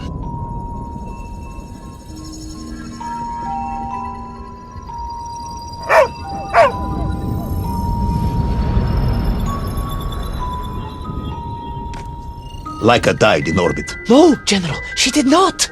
She's very much alive and happy, and currently living several miles below our feet. Laika is dead, Ivan. She most certainly is not, General. This is the real world, Tovarish. A world where you did not go to the center of the Earth, and Laika died in orbit. In my world, General, Laika is still alive. A better world, some may argue. Very well. I will live in your world for a while longer, but time is running out. Ah, yes, time, General. I was just coming to that. Laika died in orbit. No, General, she did not. She's very much alive and happy, and currently living several miles below our feet. Laika is dead, Ivan. She most certainly is not, General. This is the real world, Tovarish. A world where you did not go to the center of the Earth, and Laika died in orbit. In my world, General, Laika is still alive. A better world, some may argue. Very well. I will live in your world for a while longer, but time is running out. Ah, yes, time, General. I was just coming to that.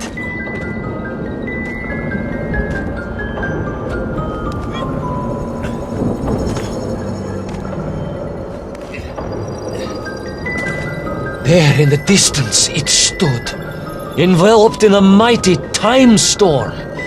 The world clock, General. The beating heart of all history.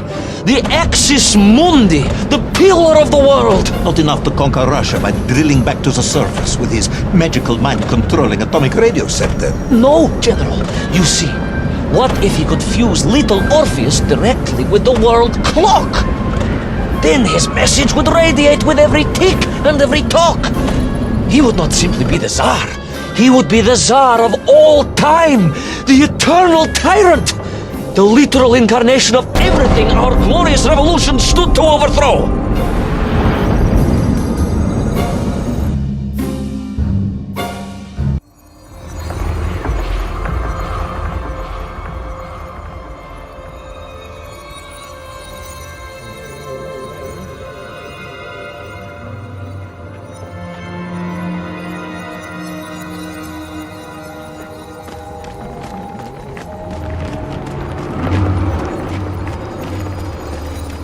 Sonikiv! Uncanny, General.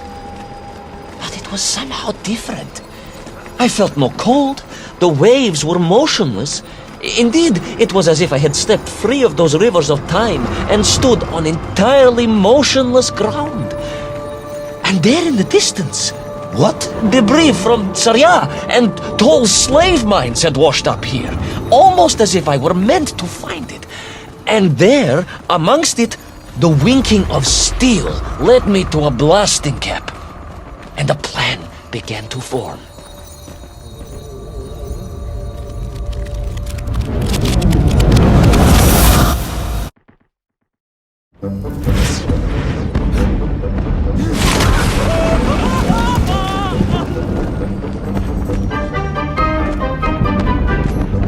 The terrain was ferocious.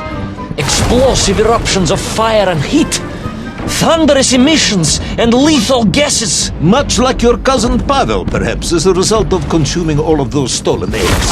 Ah, General, you have been listening after all!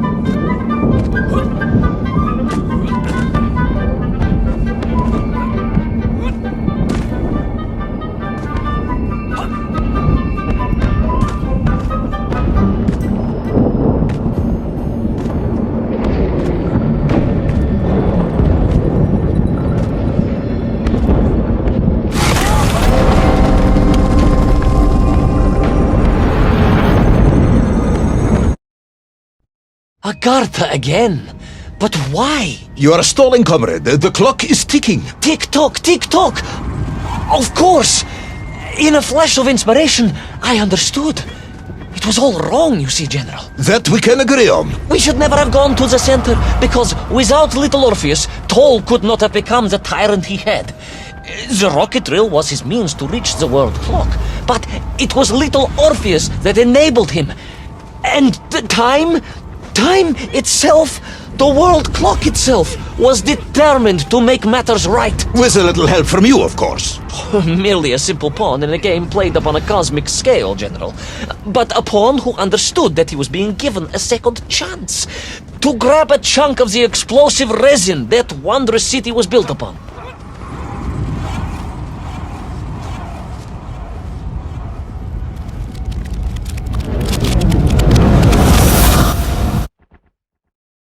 And I was back. The mighty river of time roared past me, carrying the weight of the whole of history with it. Even for you, this is a stretch. Our time is almost up. I have to submit my report within the hour. Time, General. Time was nearly up indeed. That ancient and magical river that carried me along was surely moving inevitably towards some kind of end.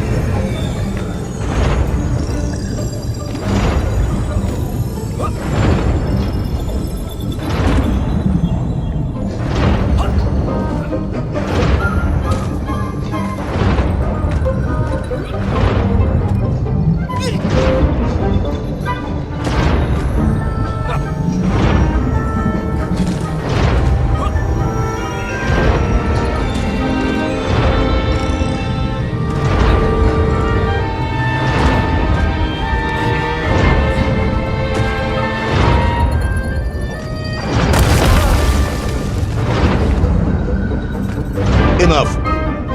No more, Privalov. No more stories. No more lost worlds and space domes. I'm full of it. It is nearly midnight, and you have not given me the adequate explanation for the whereabouts of Little Orpheus and the atomic bomb. But, General, I am about to tell you what happened when I finally caught up with the villain Toll. I do not care, Tavarish. I simply do not care. You have worn me down, and it is time to call a halt to this. I bear you no malice, comrade. In many ways, I admire you, but time is running out. Yes, General, yes. Time. Because it was time itself that suddenly appeared to be on my side.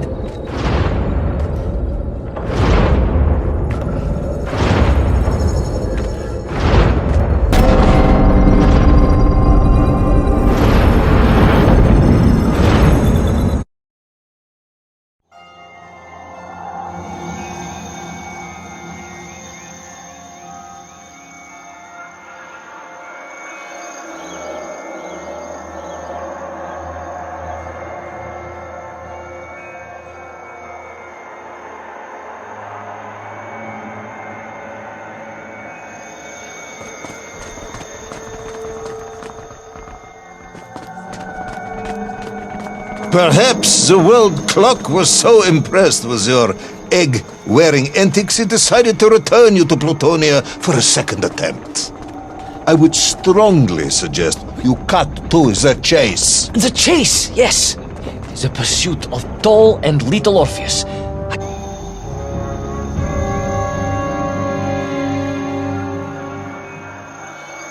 Perhaps the world clock was so impressed with your egg-wearing antics it decided to return you to Plutonia for a second attempt. I would strongly suggest you cut to the chase. The chase, yes. The pursuit of Toll and Little Orpheus. I stood there with the resin fragment in one hand and the blasting cap in the other, and then, just like that, a clock began to ring.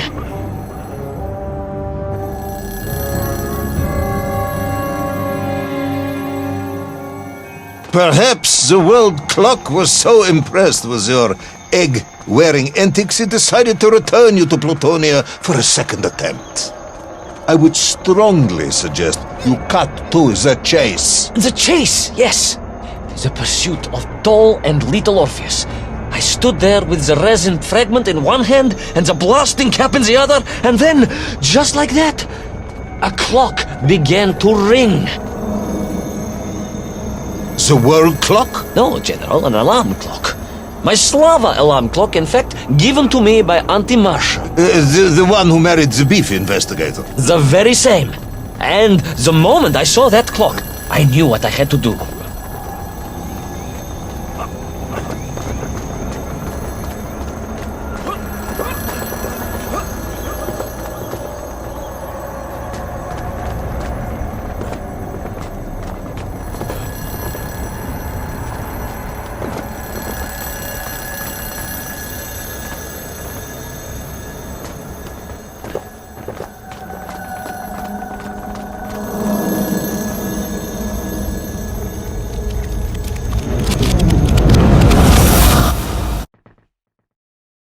Yes, I'm waiting. A bomb, General. A bomb to destroy a bomb. So, you decided to build a bomb, eh? A bomb to destroy Little Orpheus. It was a simple plan, really, General. Yes, you are very fond of your simple plans.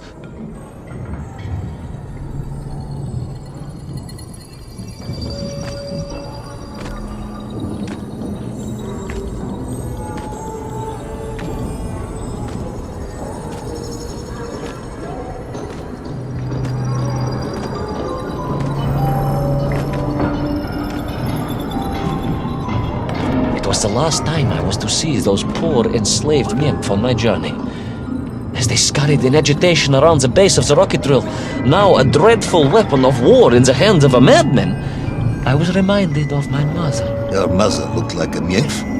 That is extremely disrespectful, comrade. No, I meant I was raised by my mother from an early age, of course.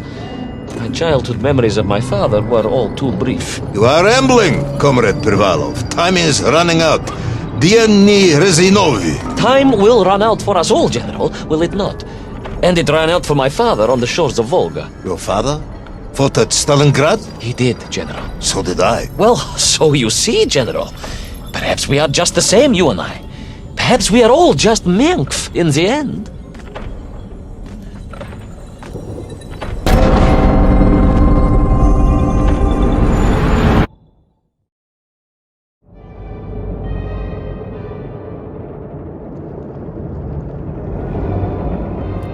What possible use in the construction of a bomb could be found in the belly of a giant whale?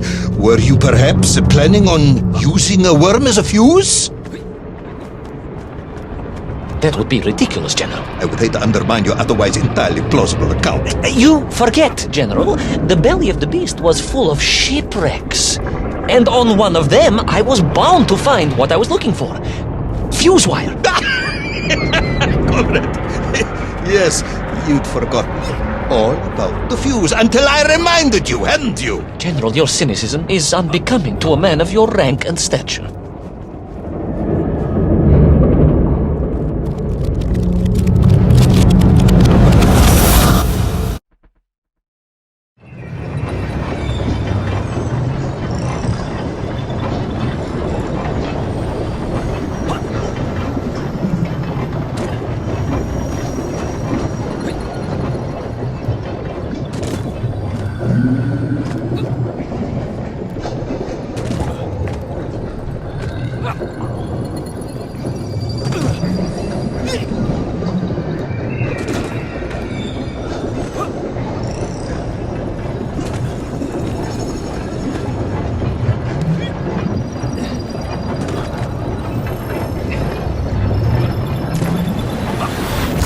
The clock was now ticking, General. Literally.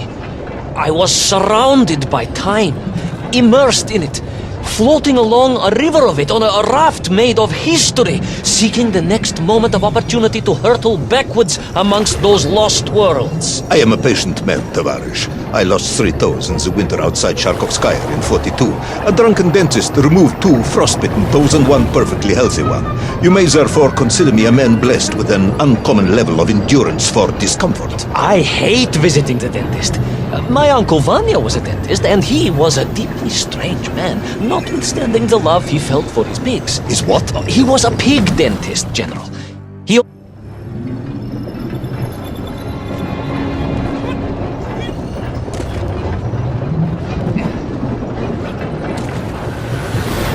The clock was now ticking, General. Literally. I was surrounded by time, immersed in it, floating along a river of it on a raft made of history, seeking the next moment of opportunity to hurtle backwards amongst those lost worlds. I am a patient man, Tavarish. I lost 3 toes in the winter outside Sharkovskaya in 42. A drunken dentist removed 2 frostbitten toes and 1 perfectly healthy one. You may therefore consider me a man blessed with an uncommon level of endurance for discomfort. I hate visiting the dentist.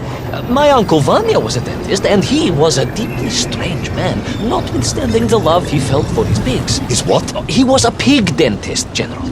He always claimed that the human mouth presented an insufficient challenge. Let me challenge you, comrade. You will tell me what happened to Little Orpheus. My patience is exhausted. I am done. But we are nearly there, General.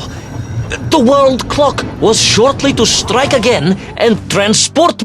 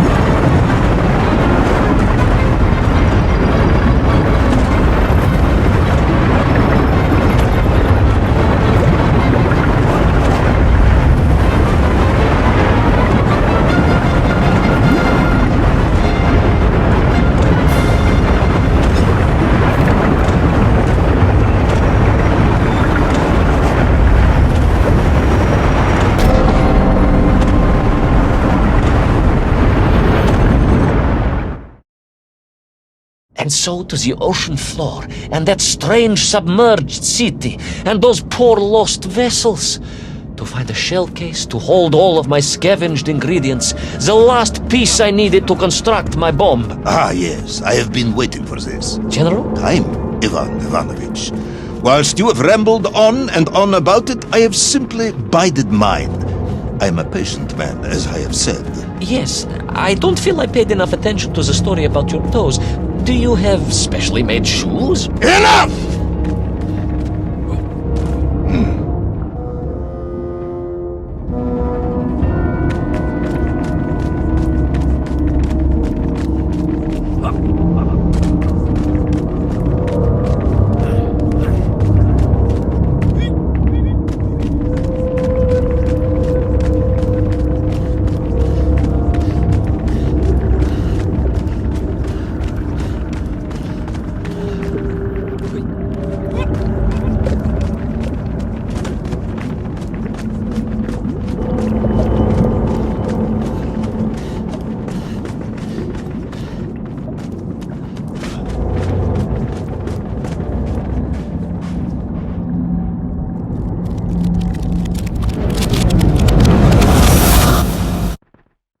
Well, In detail. The type of detail that should present no problem to a man who is actually capable of building a bomb, which I suspect would be an entirely different man to one who cheated on his entrance exams for the cosmonaut program.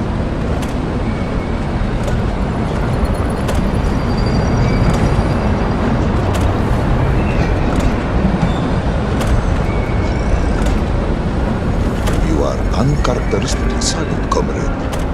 Cat got your tongue? if I may, General, perhaps just a minute or two to gather my thoughts? There are precious few minutes left. We have reached our conclusion, I think.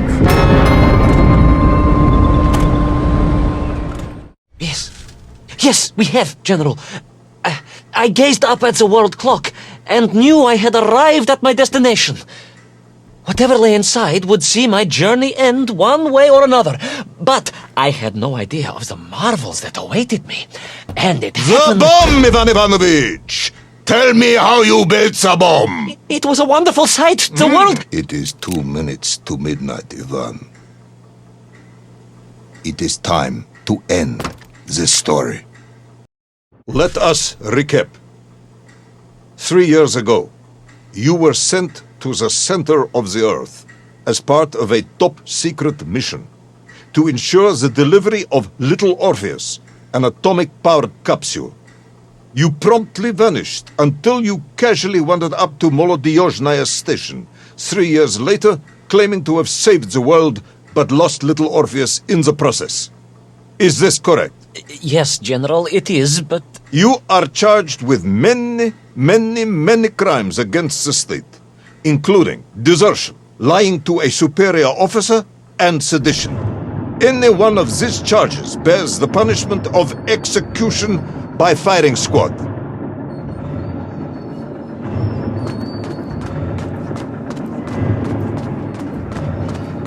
General, you must be reasonable. I did my best. It's all true, I swear. I swear upon the lives of my family. Oh, do you? Auntie Marcia and Uncle Vanya, the traveling tinker and the pig dentist, or perhaps Cousin Pavel, the criminal mastermind with the unhealthy taste for eggs. How stupid do you think I am, Comrade Devalov? Subdayu, it is all true. Maybe your toy maker, or was it watchmaker, father, who apparently taught you all he knew, despite being killed when you were less than 5 years old. I was a fast learner? You have precisely 1 minute to convince me not to summon the guards, and have you shot on the spot. A minute? A lifetime. It's all I need, General.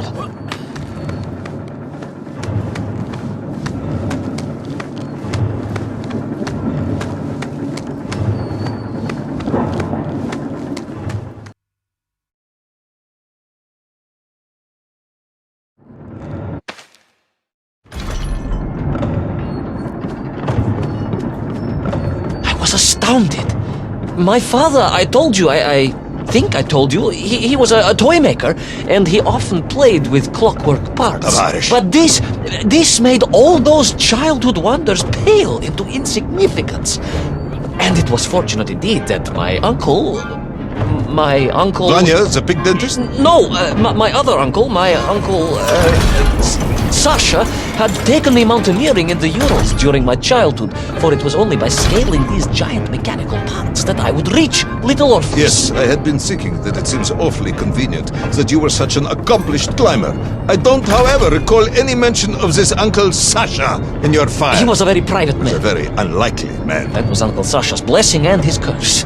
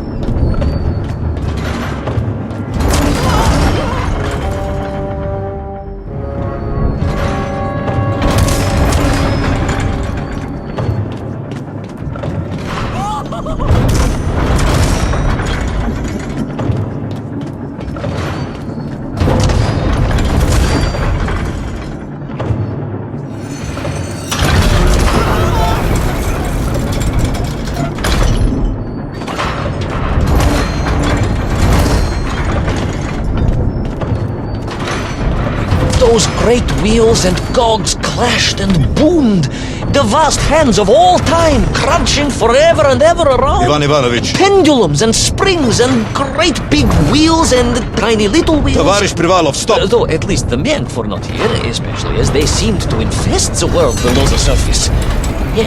Myenk everywhere. Myenk. Many Myenk for plenty. Myenk. You are bambling. Comrade, enough.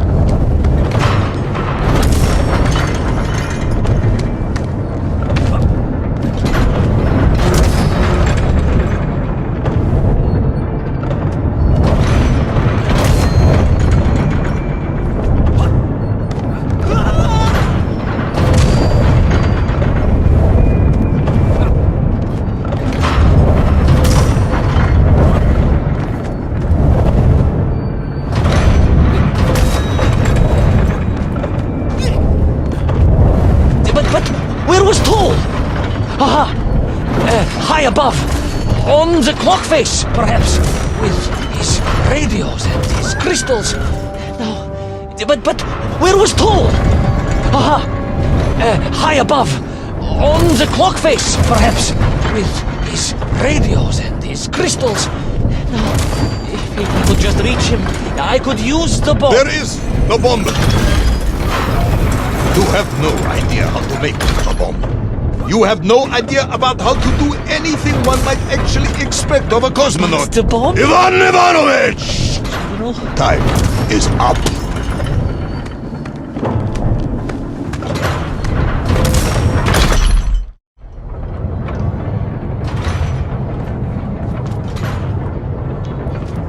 Stop talking, Tavarish. You don't know what happens next. It is obvious. You've done very well. I applaud you for your efforts and your story. It is a wonderful tale, Comrade Privalov. I have enjoyed it immensely. But every story needs an ending. And it is clear yours does not have one. Just need more time. I think that even if I gave you all the time in the world, it would not be enough. No, General. I can do this. That is, I remember what happens next. I just need to catch my breath and compose myself. We both know how this story ends, comrade. But Little Orpheus, you haven't heard what happened. We will find out soon enough. You will be executed, and another expedition will be sent. No, you cannot. You cannot. We must never go back. You don't understand. Make me, then. Make me understand. I am a kind man, although you may not believe this. I do not want to have you shot. So help me. Make me understand.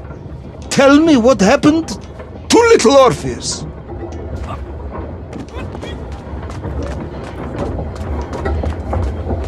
It was. Ivan Ivanovich? It was. It was. No. I'm sorry, General. I'm sorry, I have no idea. You are right. I simply cannot think what happened next. It's just a blank, General. There's nothing there. I am very tired, you see. Comrade Privalov. Ivan. You're right. It's over, General. Perhaps you would be so kind as to write to my mother for me. Of course I will. You are a kind man, as you have said. And, General, Yes, Ivan. was it a good story? Oh, yes. It was an excellent story. Thank you, General. I am just sorry I couldn't give you an ending. Unless... General? Quiet, Tovarish. I am thinking. Unless... I seem to remember that there were many problems with Little Orpheus during production. General?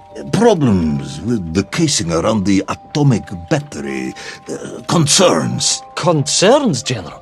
Yes, concerns. Unlikely though that might be. Yeah, it seems if I remember that it failed to secure properly. A sharp blow could spring the hatch and expose the fragile casing of the bomb to any would-be vandal. I'm not sure I follow you. A resourceful yet forgetful hero might, one would think, take advantage of that fact. But how, General? Where would I find something to strike it with? The son of a watchmaker would easily find something within a giant clock mechanism that resembled a hammer, surely. A hammer? Why, yes, General. I do remember now. I grasped the hammer-shaped thingamabob. Let's just agree it was a hammer, Ivan. Yes, of course. Let's do that. I recovered my senses, shook my head, and looked about me. In my distracted stupor, I had climbed further up the tower than I ever thought possible. In front of me was the clock face, and I gazed out through it at the sheer expanse of history. And I knew whatever happened next... happened next? The hand of destiny had fallen upon your shoulder. Yes! It had.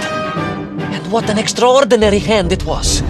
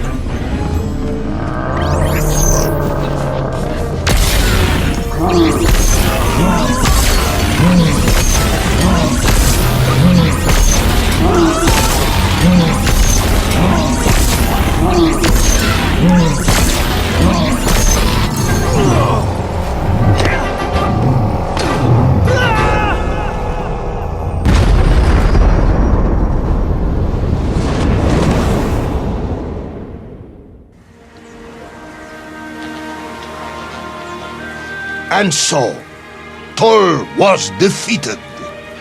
Little Orpheus destroyed, the bomb Lost forever. Not just that, General. In that moment, time sprung back to its proper shape, and I found myself once more in Plutonia, as the start of my journey. But the wound in the interior sky was gone. The drill was gone. It was as if I had never been here. And they were nymph, free and happy, without the tyranny of toll, free to pursue their simple lives. But we can never go back? Never, General. One drill, one metal sphere, one lone cosmonaut was nearly enough to destroy time and unleash the tyrant toll upon our world. Who would think an innocuous beeping radio housed in a ball of metal could change the world so dramatically? Who indeed? But tell me, what of you? And what of your return to the surface? I stayed amongst the Myenk for as long as I could. But I came to realize they had begun to worship me as a king. No, General. I am a good socialist and could not allow this workers' paradise to become corrupted. And so I left that wonderful land for the last time. And then? And then I walked. For 2 years I wandered, always looking for a way home, through lands and worlds almost beyond imagination. Until one day I emerged, blinking into sunlight, and realized I was home. Until one day I emerged, just like that? You just found your way back to the surface? Well, General, it was a little more complicated than that. There were great obstacles to overcome, and terrible challenges to face, and incredible lands to explore. Enough, Ivan. Little Orpheus is lost forever. The interior is sealed. You have returned with a story of socialism, triumphing over incredible odds. It is, as I said, enough for one night. Enough for my report, at least. General, if I may... Comrade Ivan Ivanovich Privalov, you are found guilty of all charges brought against you and sentenced to execution by firing squad. However, having listened to your story, I believe you are quite mad. In other words, I find your madness guilty, not you. And we cannot execute madness. And indeed, there are lessons to be learned, even in the depths of this madness. Perhaps the Americans were right to send the chimp after all. So, General? Get out of my sight, Ivan. Go home. Enjoy a state pension as a madman. Just make sure I never see you again. Yes, General. Of course, General. Anything you say. I shall be small and quiet and live a life without excitement and... Out! Until one day I just emerged. Oh, very good, Tavarish. Very good indeed.